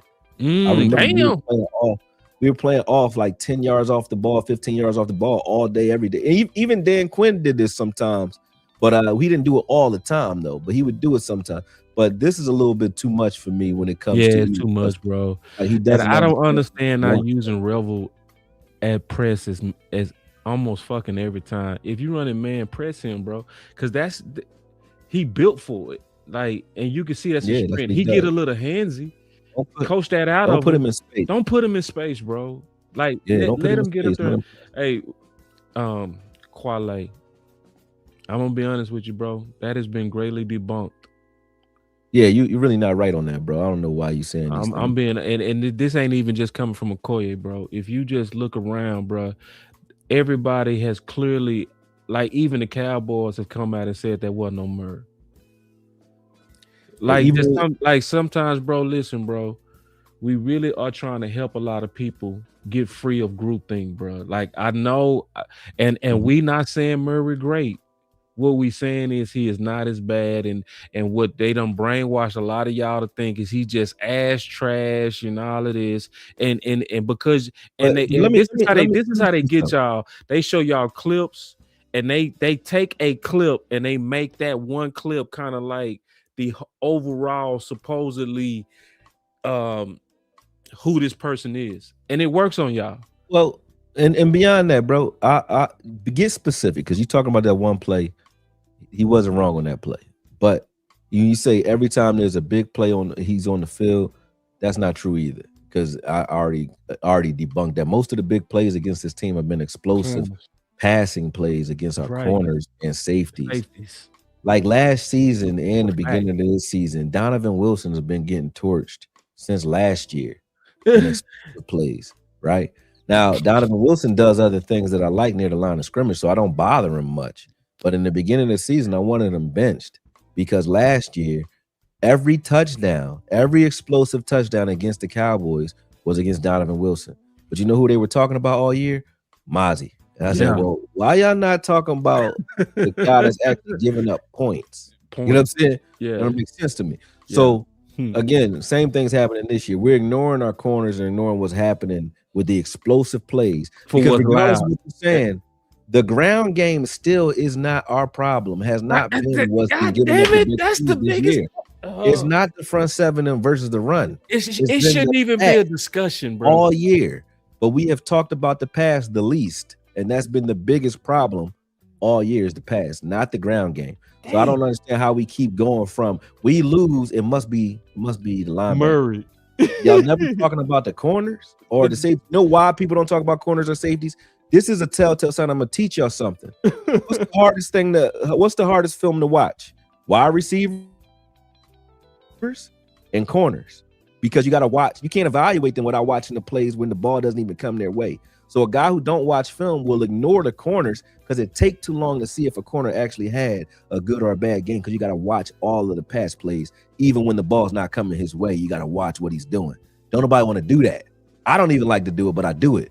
But I know why other people don't evaluate corners, and that's why we're not talking about the corners, because they evaluate them. You got to watch way more film, and people don't want to do that. That's why you keep hearing about it's just easy to say what everybody else has been saying. Because it's screwing up. And it's them bad. It's them clips out there, bro. It's people, they judge you by clips and not like how we did and what you did. The way that you did it, where you showed every running play. Every running play. Listen, can I say that again, y'all? He showed every running play and showed the patterns, bro. You can't do no more detail You work. want me to run than it back again for quality? Or you want me to run a different one? Because I got one more that you ain't put up there. That's that. It ain't no that- evidence go move them types. I don't well, want you to waste your time, bro. put EBBS up there then, because this is one more I didn't put up there. Man, This no, man, I ain't doing that, from Akoye, out? bro. All right, but no, this from right here is all cut up. We This gonna right get paid though. here. Yeah, we're gonna get paid for this, I think. All right. I mean, I ain't Nah, we brother. don't get strikes for these, do we? For the ones that I cut up. They ain't strike me last night. I was on all night with that, All with the ones yeah. Let me see. This one, EBBS, right there. He's scared. He's scared. Yeah, man. It ain't even just scared, bro. I don't even want to even But talk to ain't people. ain't no way they gonna understand what I'm saying without me showing it though. That's what I'm saying. I gotta But show you it. already clear though, dog. Yeah, I mean, it should It's be. stubbornness at this point, bro. It should be clear. I want to show some things, man. Nah, DA, I ain't trying to get that straight. And on top of that, I honestly don't want to do shit for people that ain't paying attention no way. I promise, bro. This presentation was already excellent, bro. You can't get no goddamn better than this. All right. Well, we can cut it short, man.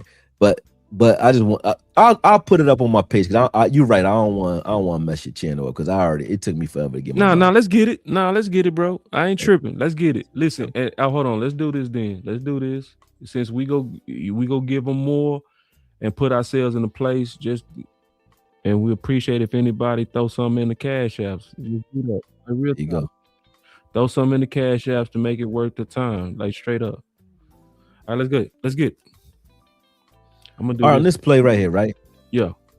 This is versus the Giants. The first time we played the Giants early in the season, right? They told me to look at this game because they told me again, Murray played bad this game. He did not. This is one of his better games, in my opinion. But watch this. Watch this. And I got another one too from the other Giants game as well. But this play here is a screen pass that they're ISOing Murray right now, right? And they ran a slant across the middle to slow Sanborn down. Murray runs across this formation, across those blocks, gets to the outside shoulder of that block. One, to turn it back inside so that Clark and Sanborn have a shot at this play. So just doing that alone is his job, because if he doesn't do that, this Scatterboo was up the sideline and there's a touchdown, right? But he plays the outside shoulder of that block, right? And you see those blue lines, those represent just the pursuit angles. But he plays the outside shoulder and still makes the tackle on that play. That is an A+ play versus the screen. But every time I see screen passes versus Murray, they only show me the ones he doesn't play correctly or the ones he actually gets blocked successfully on. That Simon right there is crazy. He played the outside shoulder, turn it back into your help. If he just did that, that would have been you did a good job. But to do it and make the tackle, that's an A+ job on that play. You did your assignment and then you actually made a play on top of that. Let me keep going. Hold on real quick. Before you keep going, my boy Quale, he's still trying to blame Murray on that play that's been debunked. He said, I'm not one of them people that understand football, but when the play breaks down, football instincts kick in. All right. So hold on. Let me you want to put it back up here? Let me put that back in. Yeah, I got it right here. And listen, Akoye explained this earlier. It's a progression of this, bro. You don't just because then what happened is if everybody play football like you're saying, that's called hero ball. The first thing you got to do, and Akoye said this earlier, you got to get to your gap, then you find the ball, homie. That's how it works, bro. It don't go to just go find. Quale, do you know what a gap exchange is, Quale? I don't think you do. You keep saying you play football, and I played football too. I didn't know what a gap exchange was because I played high school ball. I didn't play college or so I had to learn just like anybody else. So I'm not trying to play you when I say that. Yeah, but if you know what the gap exchange is, then you won't even ask me what Murray or any of the linebackers is doing because they all did what you saw Murray do on that play. Well, what is it? Every dome did, and they all did it all game. Bro. He showed the whole flow. That's why it's important to look at. The linebacker crew did that the whole game. The whole game. And he showed it. He showed that earlier. That's the first thing. That's the first thing he showed, bro. Yeah. Some of y'all just need to go rewind this, bro. Like for real.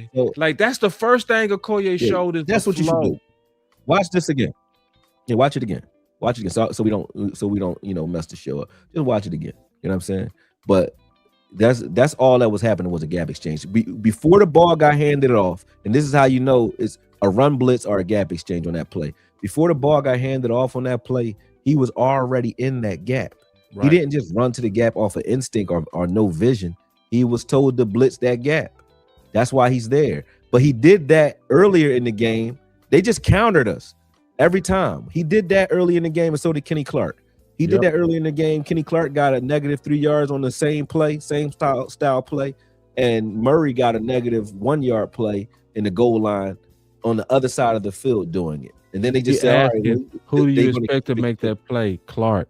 That was Clark's gap. That's Clark's gap and Quentin Williams. They both were supposed to make that play. There's no other linebackers back there. Just because he's behind the line does not mean his job is to stand back there and wait for the action. He's being asked to do something different on that play. That's not on him. You could be mad at Eberflus if you want for calling the play. Right. But saying that he was just, playing without instincts is just not wise, because you can see and the he doesn't. Cowboys themselves came out and said it wasn't no Murray, dog. Yeah, 100%. So I mean, and we giving you the facts, bro, and receipts, bro. This ain't no liking Murray, making it up. What we trying to do is free up people to think for themselves and not just automatically go with what the mob says. This is more so about. And there ain't no shade towards you. It's no shade, bro. We really trying to free people. To be honest, I say it like this: trust people, but verify what they say.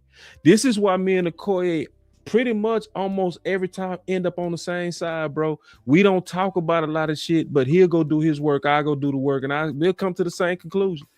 We end up in the same room.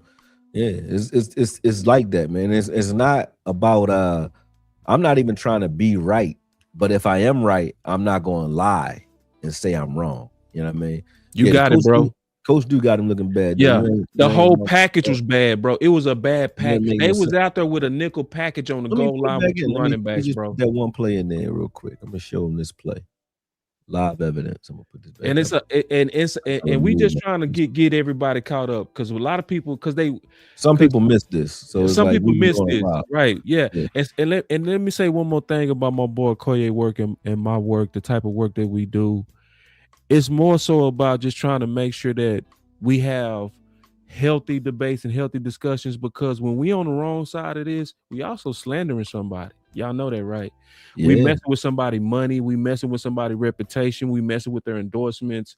So it's better to be slow until you know than fast and sloppy and angry, but you guessing.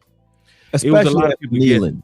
Everybody after kneeling was doing the crying and all that. I mean, I said rest in peace, so on, respect to his life, right?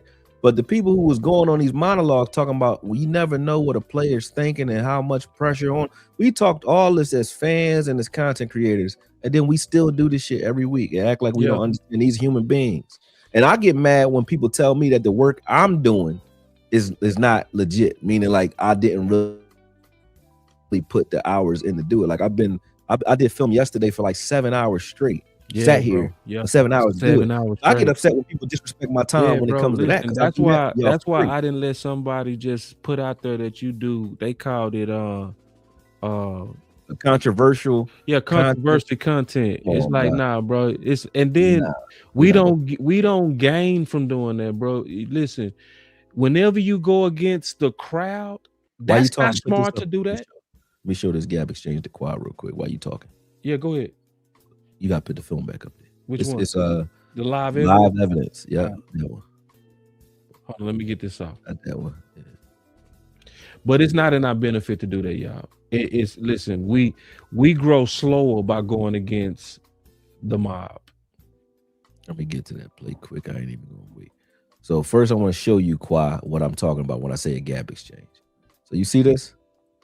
This is what our linebackers and defensive ends were doing all day long. Yeah. All day. Yeah. All right. These are just run blitzes and run stunts that make it so that linemen can't get to the intended target post snap. It just confuses them. When you look at him and you see him and Thomas here, I want to show you something. You see that? All right. Now watch this. Let me show you something. Right here. You see this? That's Thomas right there on the opposite side of the field in the beginning of the game. Same thing. Right. All right. Now Thomas is going to crash inside, and Murray's job is to play off his hip. He has to hug that hip right there. Boom. right off his hip and make the play because they're trying to force a cut by pinching the line. The defensive line is pinching those gaps, the A gap. Yeah, and trying to get them to bounce it. Bounce outside to Right. where you're blitzing, right? Mhm. That's called a gap exchange, okay? Right. I'm gonna show you it again. All right, let me show you here. Now this is the same thing. All right, they just flipped it. Thomas is now going to crash inside, opposite side. The same, it looks exactly the same, but this time they're running the ball opposite side, right? Now I'm gonna show you why you know this is not that, right? I'm gonna show you a little bit more than what we showed earlier, because there's another play where he's not even on the field. Logan Wilson and Demo's on the field. It's gonna be the same exact same gap exchange. And see, man, this is what you call somebody who going after the lost sheep of Israel. Akoye is repeating this, and I asked him not to. I said, "Don't." Watch this. I said, "Don't show him again, bro. Don't." But because he wants y'all to know facts, he done snuck this film back, and I'm tired, bro. Yeah. I didn't want to. I got you. I'm almost done. But he giving y'all a repeat of the lesson he already gave, bro. Look where Demo and Logan Wilson are. They are replacing Clowney and Ezraku, who are crashing inside. These are gap exchanges, right? Now, where's the ball going? Again, where the linebackers are not behind the line of scrimmage. Why? Because they're asking Clark and Ezraku and Clowney to get there because this is a run stunt.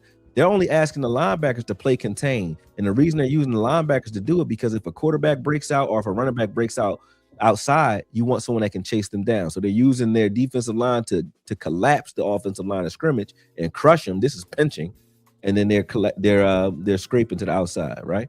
But you see where the ball goes, the same way it went, same place it went on the goal line run, up the middle, up Kenny Clark's gap, and up Osa's gap. You know what I'm saying? Yep. Same thing, but these are all gap exchanges. Right here is going to be Leah Fowl that's crashing inside. You see that? And where's Wilson going? Outside or playing off of Leah Fowl's hip because he has to exchange that C gap with Leah Fowl. You know what I'm saying? This is happening the whole game. And the whole game. Akoye is showing you every run play, bro. They did that. They did a gap exchange on almost every run. And this is what we trying to say about Murray. This is how they getting over on people. They showing you that alleged one bad play. You see what I'm saying? To paint a narrative on him. This is the difference. Akoye is showing you plays, plural, multiple. He's showing you the pattern. He's showing you the assignments. He's teaching this like a kid could get this, bro. You see what I'm saying? That's that's the level of work he put in for the nation to really not be deceived with mob mentality. And that's what's going on. And so, and this is honestly the value of independent space, bro. And this is where you have these type of Negroes, for lack of better words. This is the longest play against Murray. So everybody who said he was out of position looking bad, this is what would you be reading if the running backs lined up right side of the quarterback? You're reading either outside zone to the left or inside zone. That's what they're reading. So that's why they're over there, both Demo and Murray. They know this if they're Minnesota, so they're going to peel off 76 to try to seal both those guys inside, and they're going to play off Houston here. They're going to read Houston. If Houston played this contained, he would have 27 runs up the B gap. If he plays this, which he does, crash into the B gap, he's going to cut this outside. Right. And we got that same question again, and that's okay because people understand it, so we'll say it again. It's no problem. What? Somebody said, if Murray is in his gap, whose gap was occupied? That was Quentin Williams and Clark, primarily Clark's. Correct. And then what happened is it was more so a smart adjustment by Minnesota. And this is why, if you were watching this film review, that's just why this was probably the best film review ever, because Akoye showed the pattern, bro.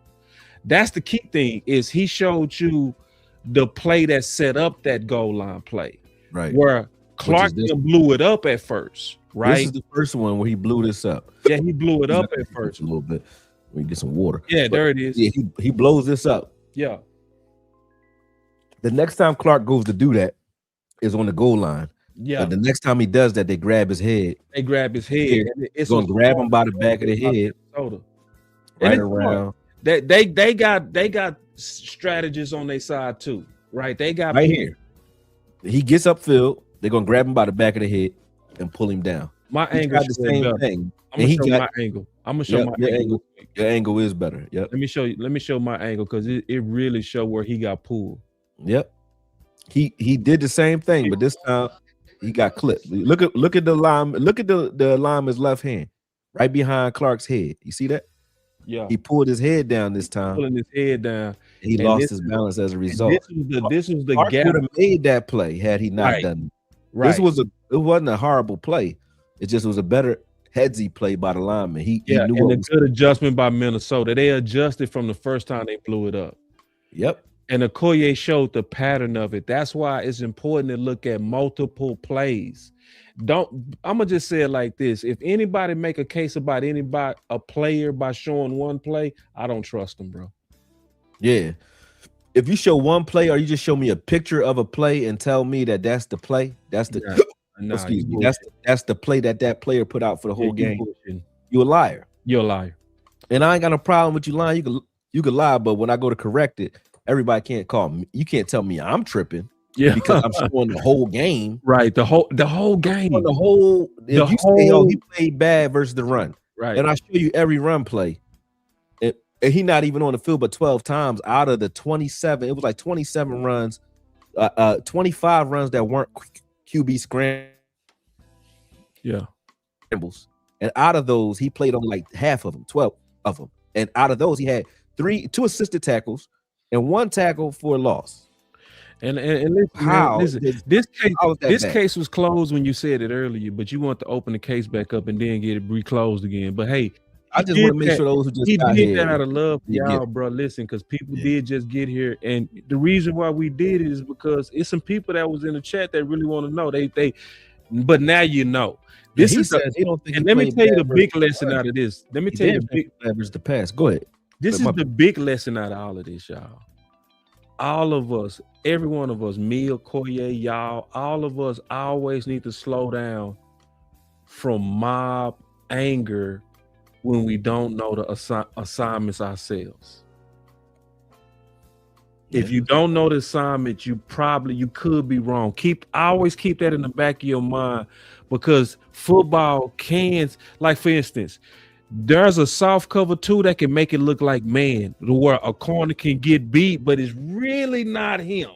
Because if they have somebody threatening his flats, he go ease off. He got to drive on it. Yeah. Yeah. So it can look like he got beat on TV. You see what I'm saying? So what we trying to do is we trying to slow people down on blame shit. You know what I'm saying? It's like, bro, some of this is not with, and you got people that care about y'all enough to actually.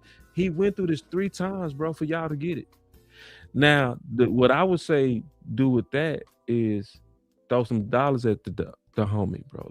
Like, to me, I feel like a stripper. I don't give a damn, man. I fuck it. I'm gonna do it for me, damn it. You know what I'm saying? You too modest. You can do it for me too. I take the bread. You too modest for me, bro. Listen, I put it like this: when you listen, bro.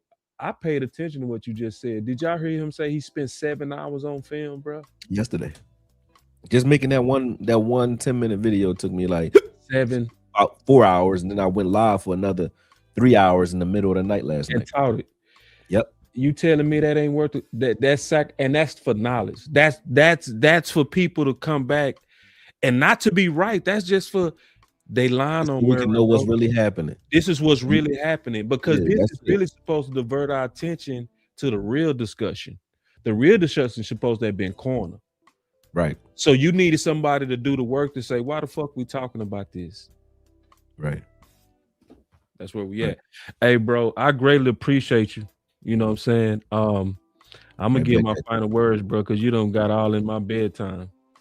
I had some more clips too, bro. If you feeling go again tomorrow, man. Or we can run it right now. I'm not going. Shit. Let's do it tomorrow. Bro. I don't want to drop all my content at once. All right, well, let's go. We do it again tomorrow. If you want to do it tomorrow, we'll do it tomorrow, because it's. Bro, I'm active right now, so every time you ask me to go live, I'm going. If I miss one, run it back. Let's do it again.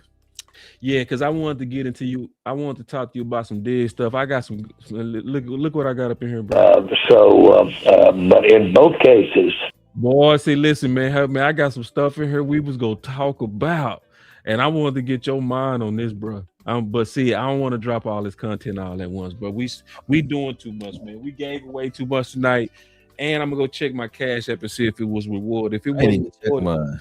Yeah, I ain't even check check mine. your cash app real quick. I'm Let's checking right now. Watch it, John say $2. Man, they bet not. I'm gonna get out fast as hell. Let's see how they did you. They bullshit you. 0. They ain't give me nothing, bro. Yeah. You threw the headphones. Say, I ain't gonna even get no fucking word. He said post I the ain't cash gonna get apps again. He said post it again. They ain't do nothing though. I don't even It's like feel you don't deserve nothing, player. 7 hours worth of work, full education, not $1. Hey, it's all good, bro. Hey, life ain't fair. Life ain't fair. It's all good. Somebody go come through for the homie. I don't even feel right on that type of shit, bro. For real. But I say this though, man. I appreciate it, man. And we can rock again tomorrow, bro. And this time we're gonna be talking about these other topics. Oh yeah, for sure. Let's what go. kind of I mean, this should be case closed. I don't want to talk that's about case Chris Murray closed. no more because I think I proved Nah, my you can point fight with this that. fight again, bro. Yeah, I probably will, but It's the unfortunate thing is we keep I just want to say this real quick. We keep cannibalizing players that I think you can build around, or you can not build around, but build with. say that You know what again, I'm saying? bro. Can you slow We down and say that one cannibalize more them when we chase them out of here like they bums, and they don't want to play here because they hate us. right? Because we talk so crazy about them. Where at the end of the day, yeah, did Kenneth Murray play whatever way got him here? Yeah, whatever way his career was that got him here, I understand. But since he's been here, he has not played half as bad as people been making it out to be. I've seen Roquan Smith and Fred Warner get beat for 60, 70-yard runs in life. We've done that to them. I've seen Fred Warner get destroyed by Tony Pollard for an entire game. You remember that game Tony Pollard had against the 49ers? Yeah. He was running that Fred Warner all game. Remember the game Tony Pollard had against Chicago in 2022? He was doing that against Roquan Smith. Were they trash? But he was doing that right at him. Not was he in the right gap? Was he? No, he running right at you and juking you out your socks. But you live to play another game, and we don't. They fan base didn't cannibalize them when they missed the play. You know what I'm saying? George Pickens is making all kinds of guys look bad every week. You know what I mean? Cooper DeJean and all those guys look like trash against him, right? Are they trash though? Because they got beat by him? No. But when we get a guy beat, we destroy him. Yeah. Until the next week. Like even right now, people talking like, GP, do we want GP back type conversation. I swear to God. It's like we be too quick to turn into losers. Like we be like, get out of it. Get out of here. It's like, you ever dated somebody who has been through a lot of trauma. As soon as they see any sign of new trauma, they out. Right. They running because they don't want to. Yeah. That's how our fan base is. We got PTSD. Right. As soon as we see something bad, we throw all the tickets away. When we lose one game, I see guys in the beginning of the season until we start talking them off the cliff. They was like talking about the draft after week 4. I swear. Guys was like, let's get into the draft. And then when Quentin Williams got here, they like, oh, we can win a Super Bowl. So we go highs and low. It's like it's not enough. Chaotic as a fan base. Yeah. You can't. It's even hard for me. I'm a Cowboy fan and I don't like how we move. And I'm a Cowboy fan. I don't like how we move towards our own players. I live in Philadelphia, which is a unique perspective. They cherish their team and most of the players on it. You know what I'm saying? Until you start truly screwing up for real, then they start throwing rocks at your house. You know what I'm saying? Yeah. But we'll do that as soon you have one bad play or one bad game, we off you immediately as a Cowboy fan base, and then I got to keep talking people back into the positive plays that they have. And I think that's the problem, the only problem I have with how active our fan community is as creators. We get into it and we say things. Sometimes you got to take the analyst hat off and let people know, I'm just a fan right now. On Sundays when I'm talking trash on Twitter, don't take me personal when I'm talking about a player. I'm just emotional because I'm watching the game just like y'all. Right. On Monday, that's why they call it Monday morning quarterback, or hindsight is 2020, man. On Monday, Tuesday, and the rest of the week, I'm watching film over and over again, and I'm correcting myself and I'm correcting everything else that's out there. So a lot of our content creators get into the emotionalism of it and they don't correct it, and then they don't realize like people are relying on us to say things or to think a certain way about players or about the team because they're looking for us for information, right? And we're shaping it in a way where now we got guys looking at George Pickens like he's lazy, and I got mad about that because the game when y'all said he was lazy, he was double teamed the last 2 games. Y'all say he's running lazy routes. Guess what? George Pickens run lazy routes on every game. You know why? I swear he don't run fast. I swear he runs slow. Yeah, to get you to run slow. Say he'll get out of the break fast as hell. He accelerates. And what you call it? Steve Smith called it galloping. Yes, he'll start off the route or the release very slow because it lulls the defensive back to sleep, thinking that I'm tracking his true speed. That's not his true speed because he's not running full speed. Right. And then when he gets to the top of his break, he'll suddenly cut full speed, and now he creates separation automatically while running slow as hell. Like, you ever ask how the hell he doing that? Yeah, he's doing it because he don't run fast on purpose. Right. So when the ball not going to him and he's doing that, and he double teamed, the ball ain't going to him. Now he just ran. You know, he ain't running full speed. He knows he's double teamed. No matter which way he accelerates, he's bracketed. He's not gonna get the ball in those occasions. You know what I'm saying? And when he knows that, we looking at it in a negative light. But the reason in that Detroit game, you got Flournoy that can get in the game and get 100+ yards. Yeah, CeeDee Lamb that had 100+ yards before the half. Why do you think that is? Because they double teaming George Pickens. So his presence on the field still had an effect, even in that Detroit game that y'all said he was lazy in. Yeah. He is the reason those other 2 guys went over 100 yards. Right. And see, like it's called having a plan sometime too as a receiver. You set up DBs. Cole Beasley used to do it all the time too, where on running plays he'll basically all game look like when it's running play, I come off the ball slow. Then he'll do the exact same thing, come off the ball slow, and it'll be a pass, and you'll look back in the quarterback thinking it's run, and he'll take off on you. Right? It's a plan as well. It's chess out there sometimes. You know, exactly. And the thing about Pickens, and I know you looked at this too, Akoye, Thanks, Angie. That I saw via the film. He did that literally every game. Yep. Every game. Every game. Every game. And what Akoye does and what I do is we try to show y'all. And so that's the honest to God reason I changed my name from Boss Cowboy to Boss Showman. Because I honest to God realized that my style of content is more Akoye than anybody. You see what I'm saying? Because before I would show me, he was always proven with the film. I'm a documentation guy. So it's like, now make your brand the more what you are. I'm like Akoye. Like, you know what I'm saying? And we don't do this for likes. We don't do this to be contrary. We do this because it's the truth. And this is what the film has brought us to. So, and what we fighting to do is we trying to make evidence back popular. Because right now, gossip, emotions, blame, and being angry and being mob oriented, that's what's popular. Where they can just defame Mozzie with no evidence. They can just say Zeke is out. Not just that Zeke lost a step. Y'all took it all the way to washed. Yeah.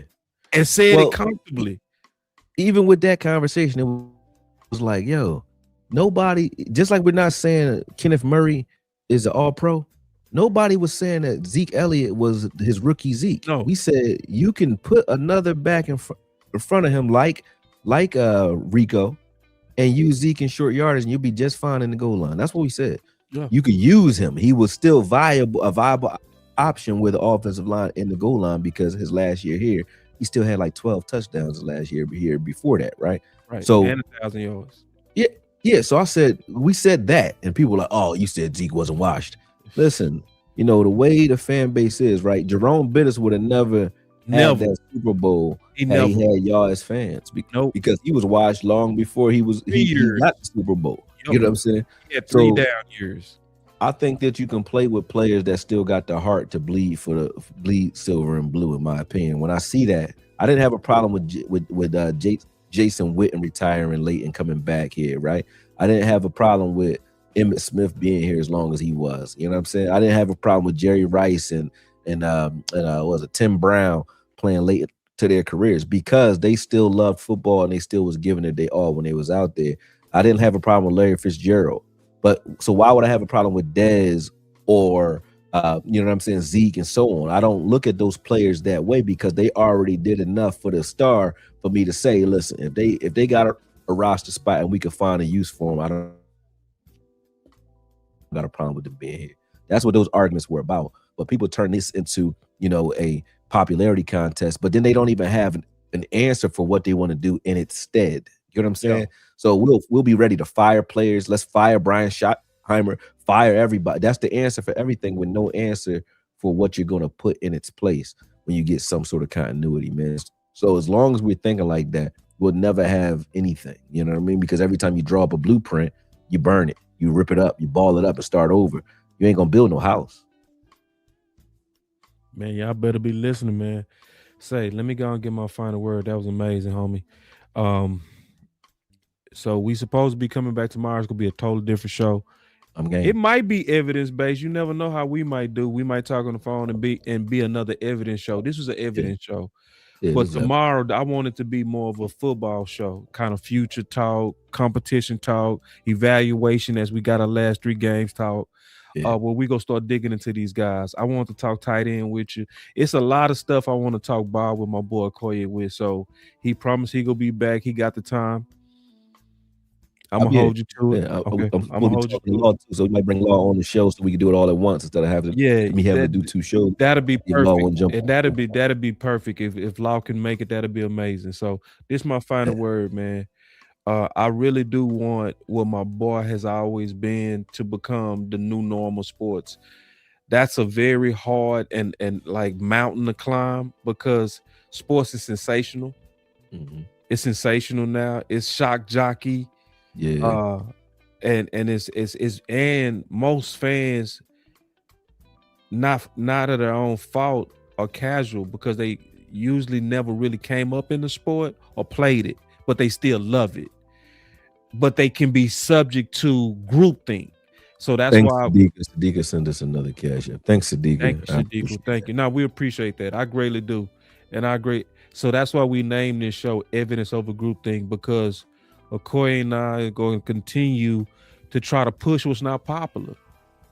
Right. What's slowing down and seeing it truly, that's not popular. So we going up here, but we see that y'all want it. I see y'all keep asking for the cash up, so I'm gonna do it again. And we really appreciate this, man, because listen, y'all, I mean this. I know I sound like a televangelist, but I mean this. When somebody put in 7 hours worth of work and that's review, that's not this week. That's just yesterday. This week I'm up 20 something already since Saturday. Yeah, and that's what I don't know if y'all watched that GP. I can't even put it up here. They might strike that because of the soundtrack that's on it. But on Twitter, I put a GP hype video up. Yeah, I put a hype video up for him. That took me some hours. Yeah, but I've been working. Just like doing this, man. I don't watch TV, so I sit and watch the film. I enjoy it. Like, I really do. So I'll just be sharing with y'all what I'm doing by myself anyway. I don't watch the film because I'm trying to impress none of y'all. It's like I get up when we go live. I got all y'all. I can call. You'll jump on with me. I can jump on with you to talk to somebody live. I jump on my live and just talk to myself or talk to the chat, and I'll be chilling, because I'll be working while I'm doing it. So this is really what I like to do in my spare time. It's not, I'm not doing it for an agenda. I'm not trying to paint a narrative. I'm really just working, and I like it. You know what I mean? So it's a passion for you, bro. Listen, and you can't do the level of, it's not even just the film breakdown, it's all the illustrations. And see, because I edit, bro. I edit. And I hate editing, bro. Yeah, it's not fun. I hate editing, bro. And to see all the extra work, the extra arrows, the extra pinch clips and showing how they're gonna, bro. You know why I do that though? Because when I started, I even with the Dez video, it was none of that, right? People start saying, well, no, it was this. Then I said, then they started the Dez Bryant can't run routes conversation. I was like, all right, well, now I'm going to run every route and I'm going to show you the routes. You know what I'm saying? So I had to keep progressing because if they say if you what they say if you walk on water, they'll tell you it's because you can't swim. You know what I'm saying? Everything I say is like they give me a counter. They're like, oh no, that's because of this. And I'm like, well, all right. And now I gotta prove that. So now I'm making so that anybody who watching the film, you should be able to understand what we're looking at. So I ain't gotta speak no mansplaining, no football jargon. You should understand exactly what we're looking at, and you should learn the game based off what we watching, because that's what we're here to do, teach it. And teach it to a level where you can enjoy it more when you watching it live, because you know what everybody doing. You know what everybody doing. I gave my final word. What's yours? Man, my final word is this, man. Just, understand that although I ain't played in the NFL, neither has Boss, right?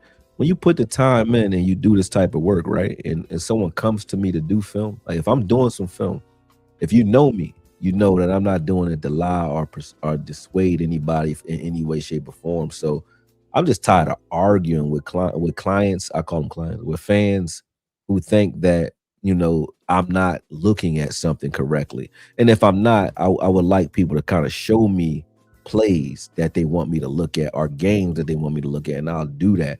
You know what I'm saying? Because I do too much arguing with individuals that I know I'm trying to help. You know what I'm saying? So I'm here to help. I'm not here to argue. I'm not a shock jock content creator. I talk how I talk because that's the way I am. I'm rough around the edges. I'm from Philly, but I'm not here for none of that. When I'm on Twitter, I'm talking trash because y'all talking trash. But when I do content and I sit down and break down film, I'm not doing it for sensationalism.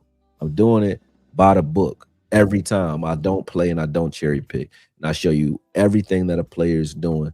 And I hope that one day y'all start to respect that. You know what I'm saying? Because that's why I'm doing it. I'm not doing it, obviously to argue, even though my Twitter persona may give you that understanding that I am with the shits. You know what I'm saying? So I understand. But appreciate y'all, man. And I appreciate you, Boss, for jumping on, man. That's my final word. Where can they find you?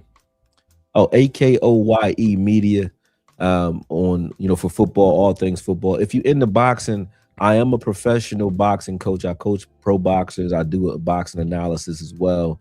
And I have a channel called Akoye Knows Boxing on YouTube. Make sure you follow that as well. I'm growing there too. So I wanted to separate the boxing and the football content so that you guys can kind of go for what you know and what you want. You know what I mean? But, you guys see me around. Shout out to Gillian Wallow as well. We're doing another knockout party on Friday. I'm not promoting this one, but I will be in attendance. So make sure you guys watch it. You might see me front row somewhere, man. But I look forward to it, and I appreciate y'all.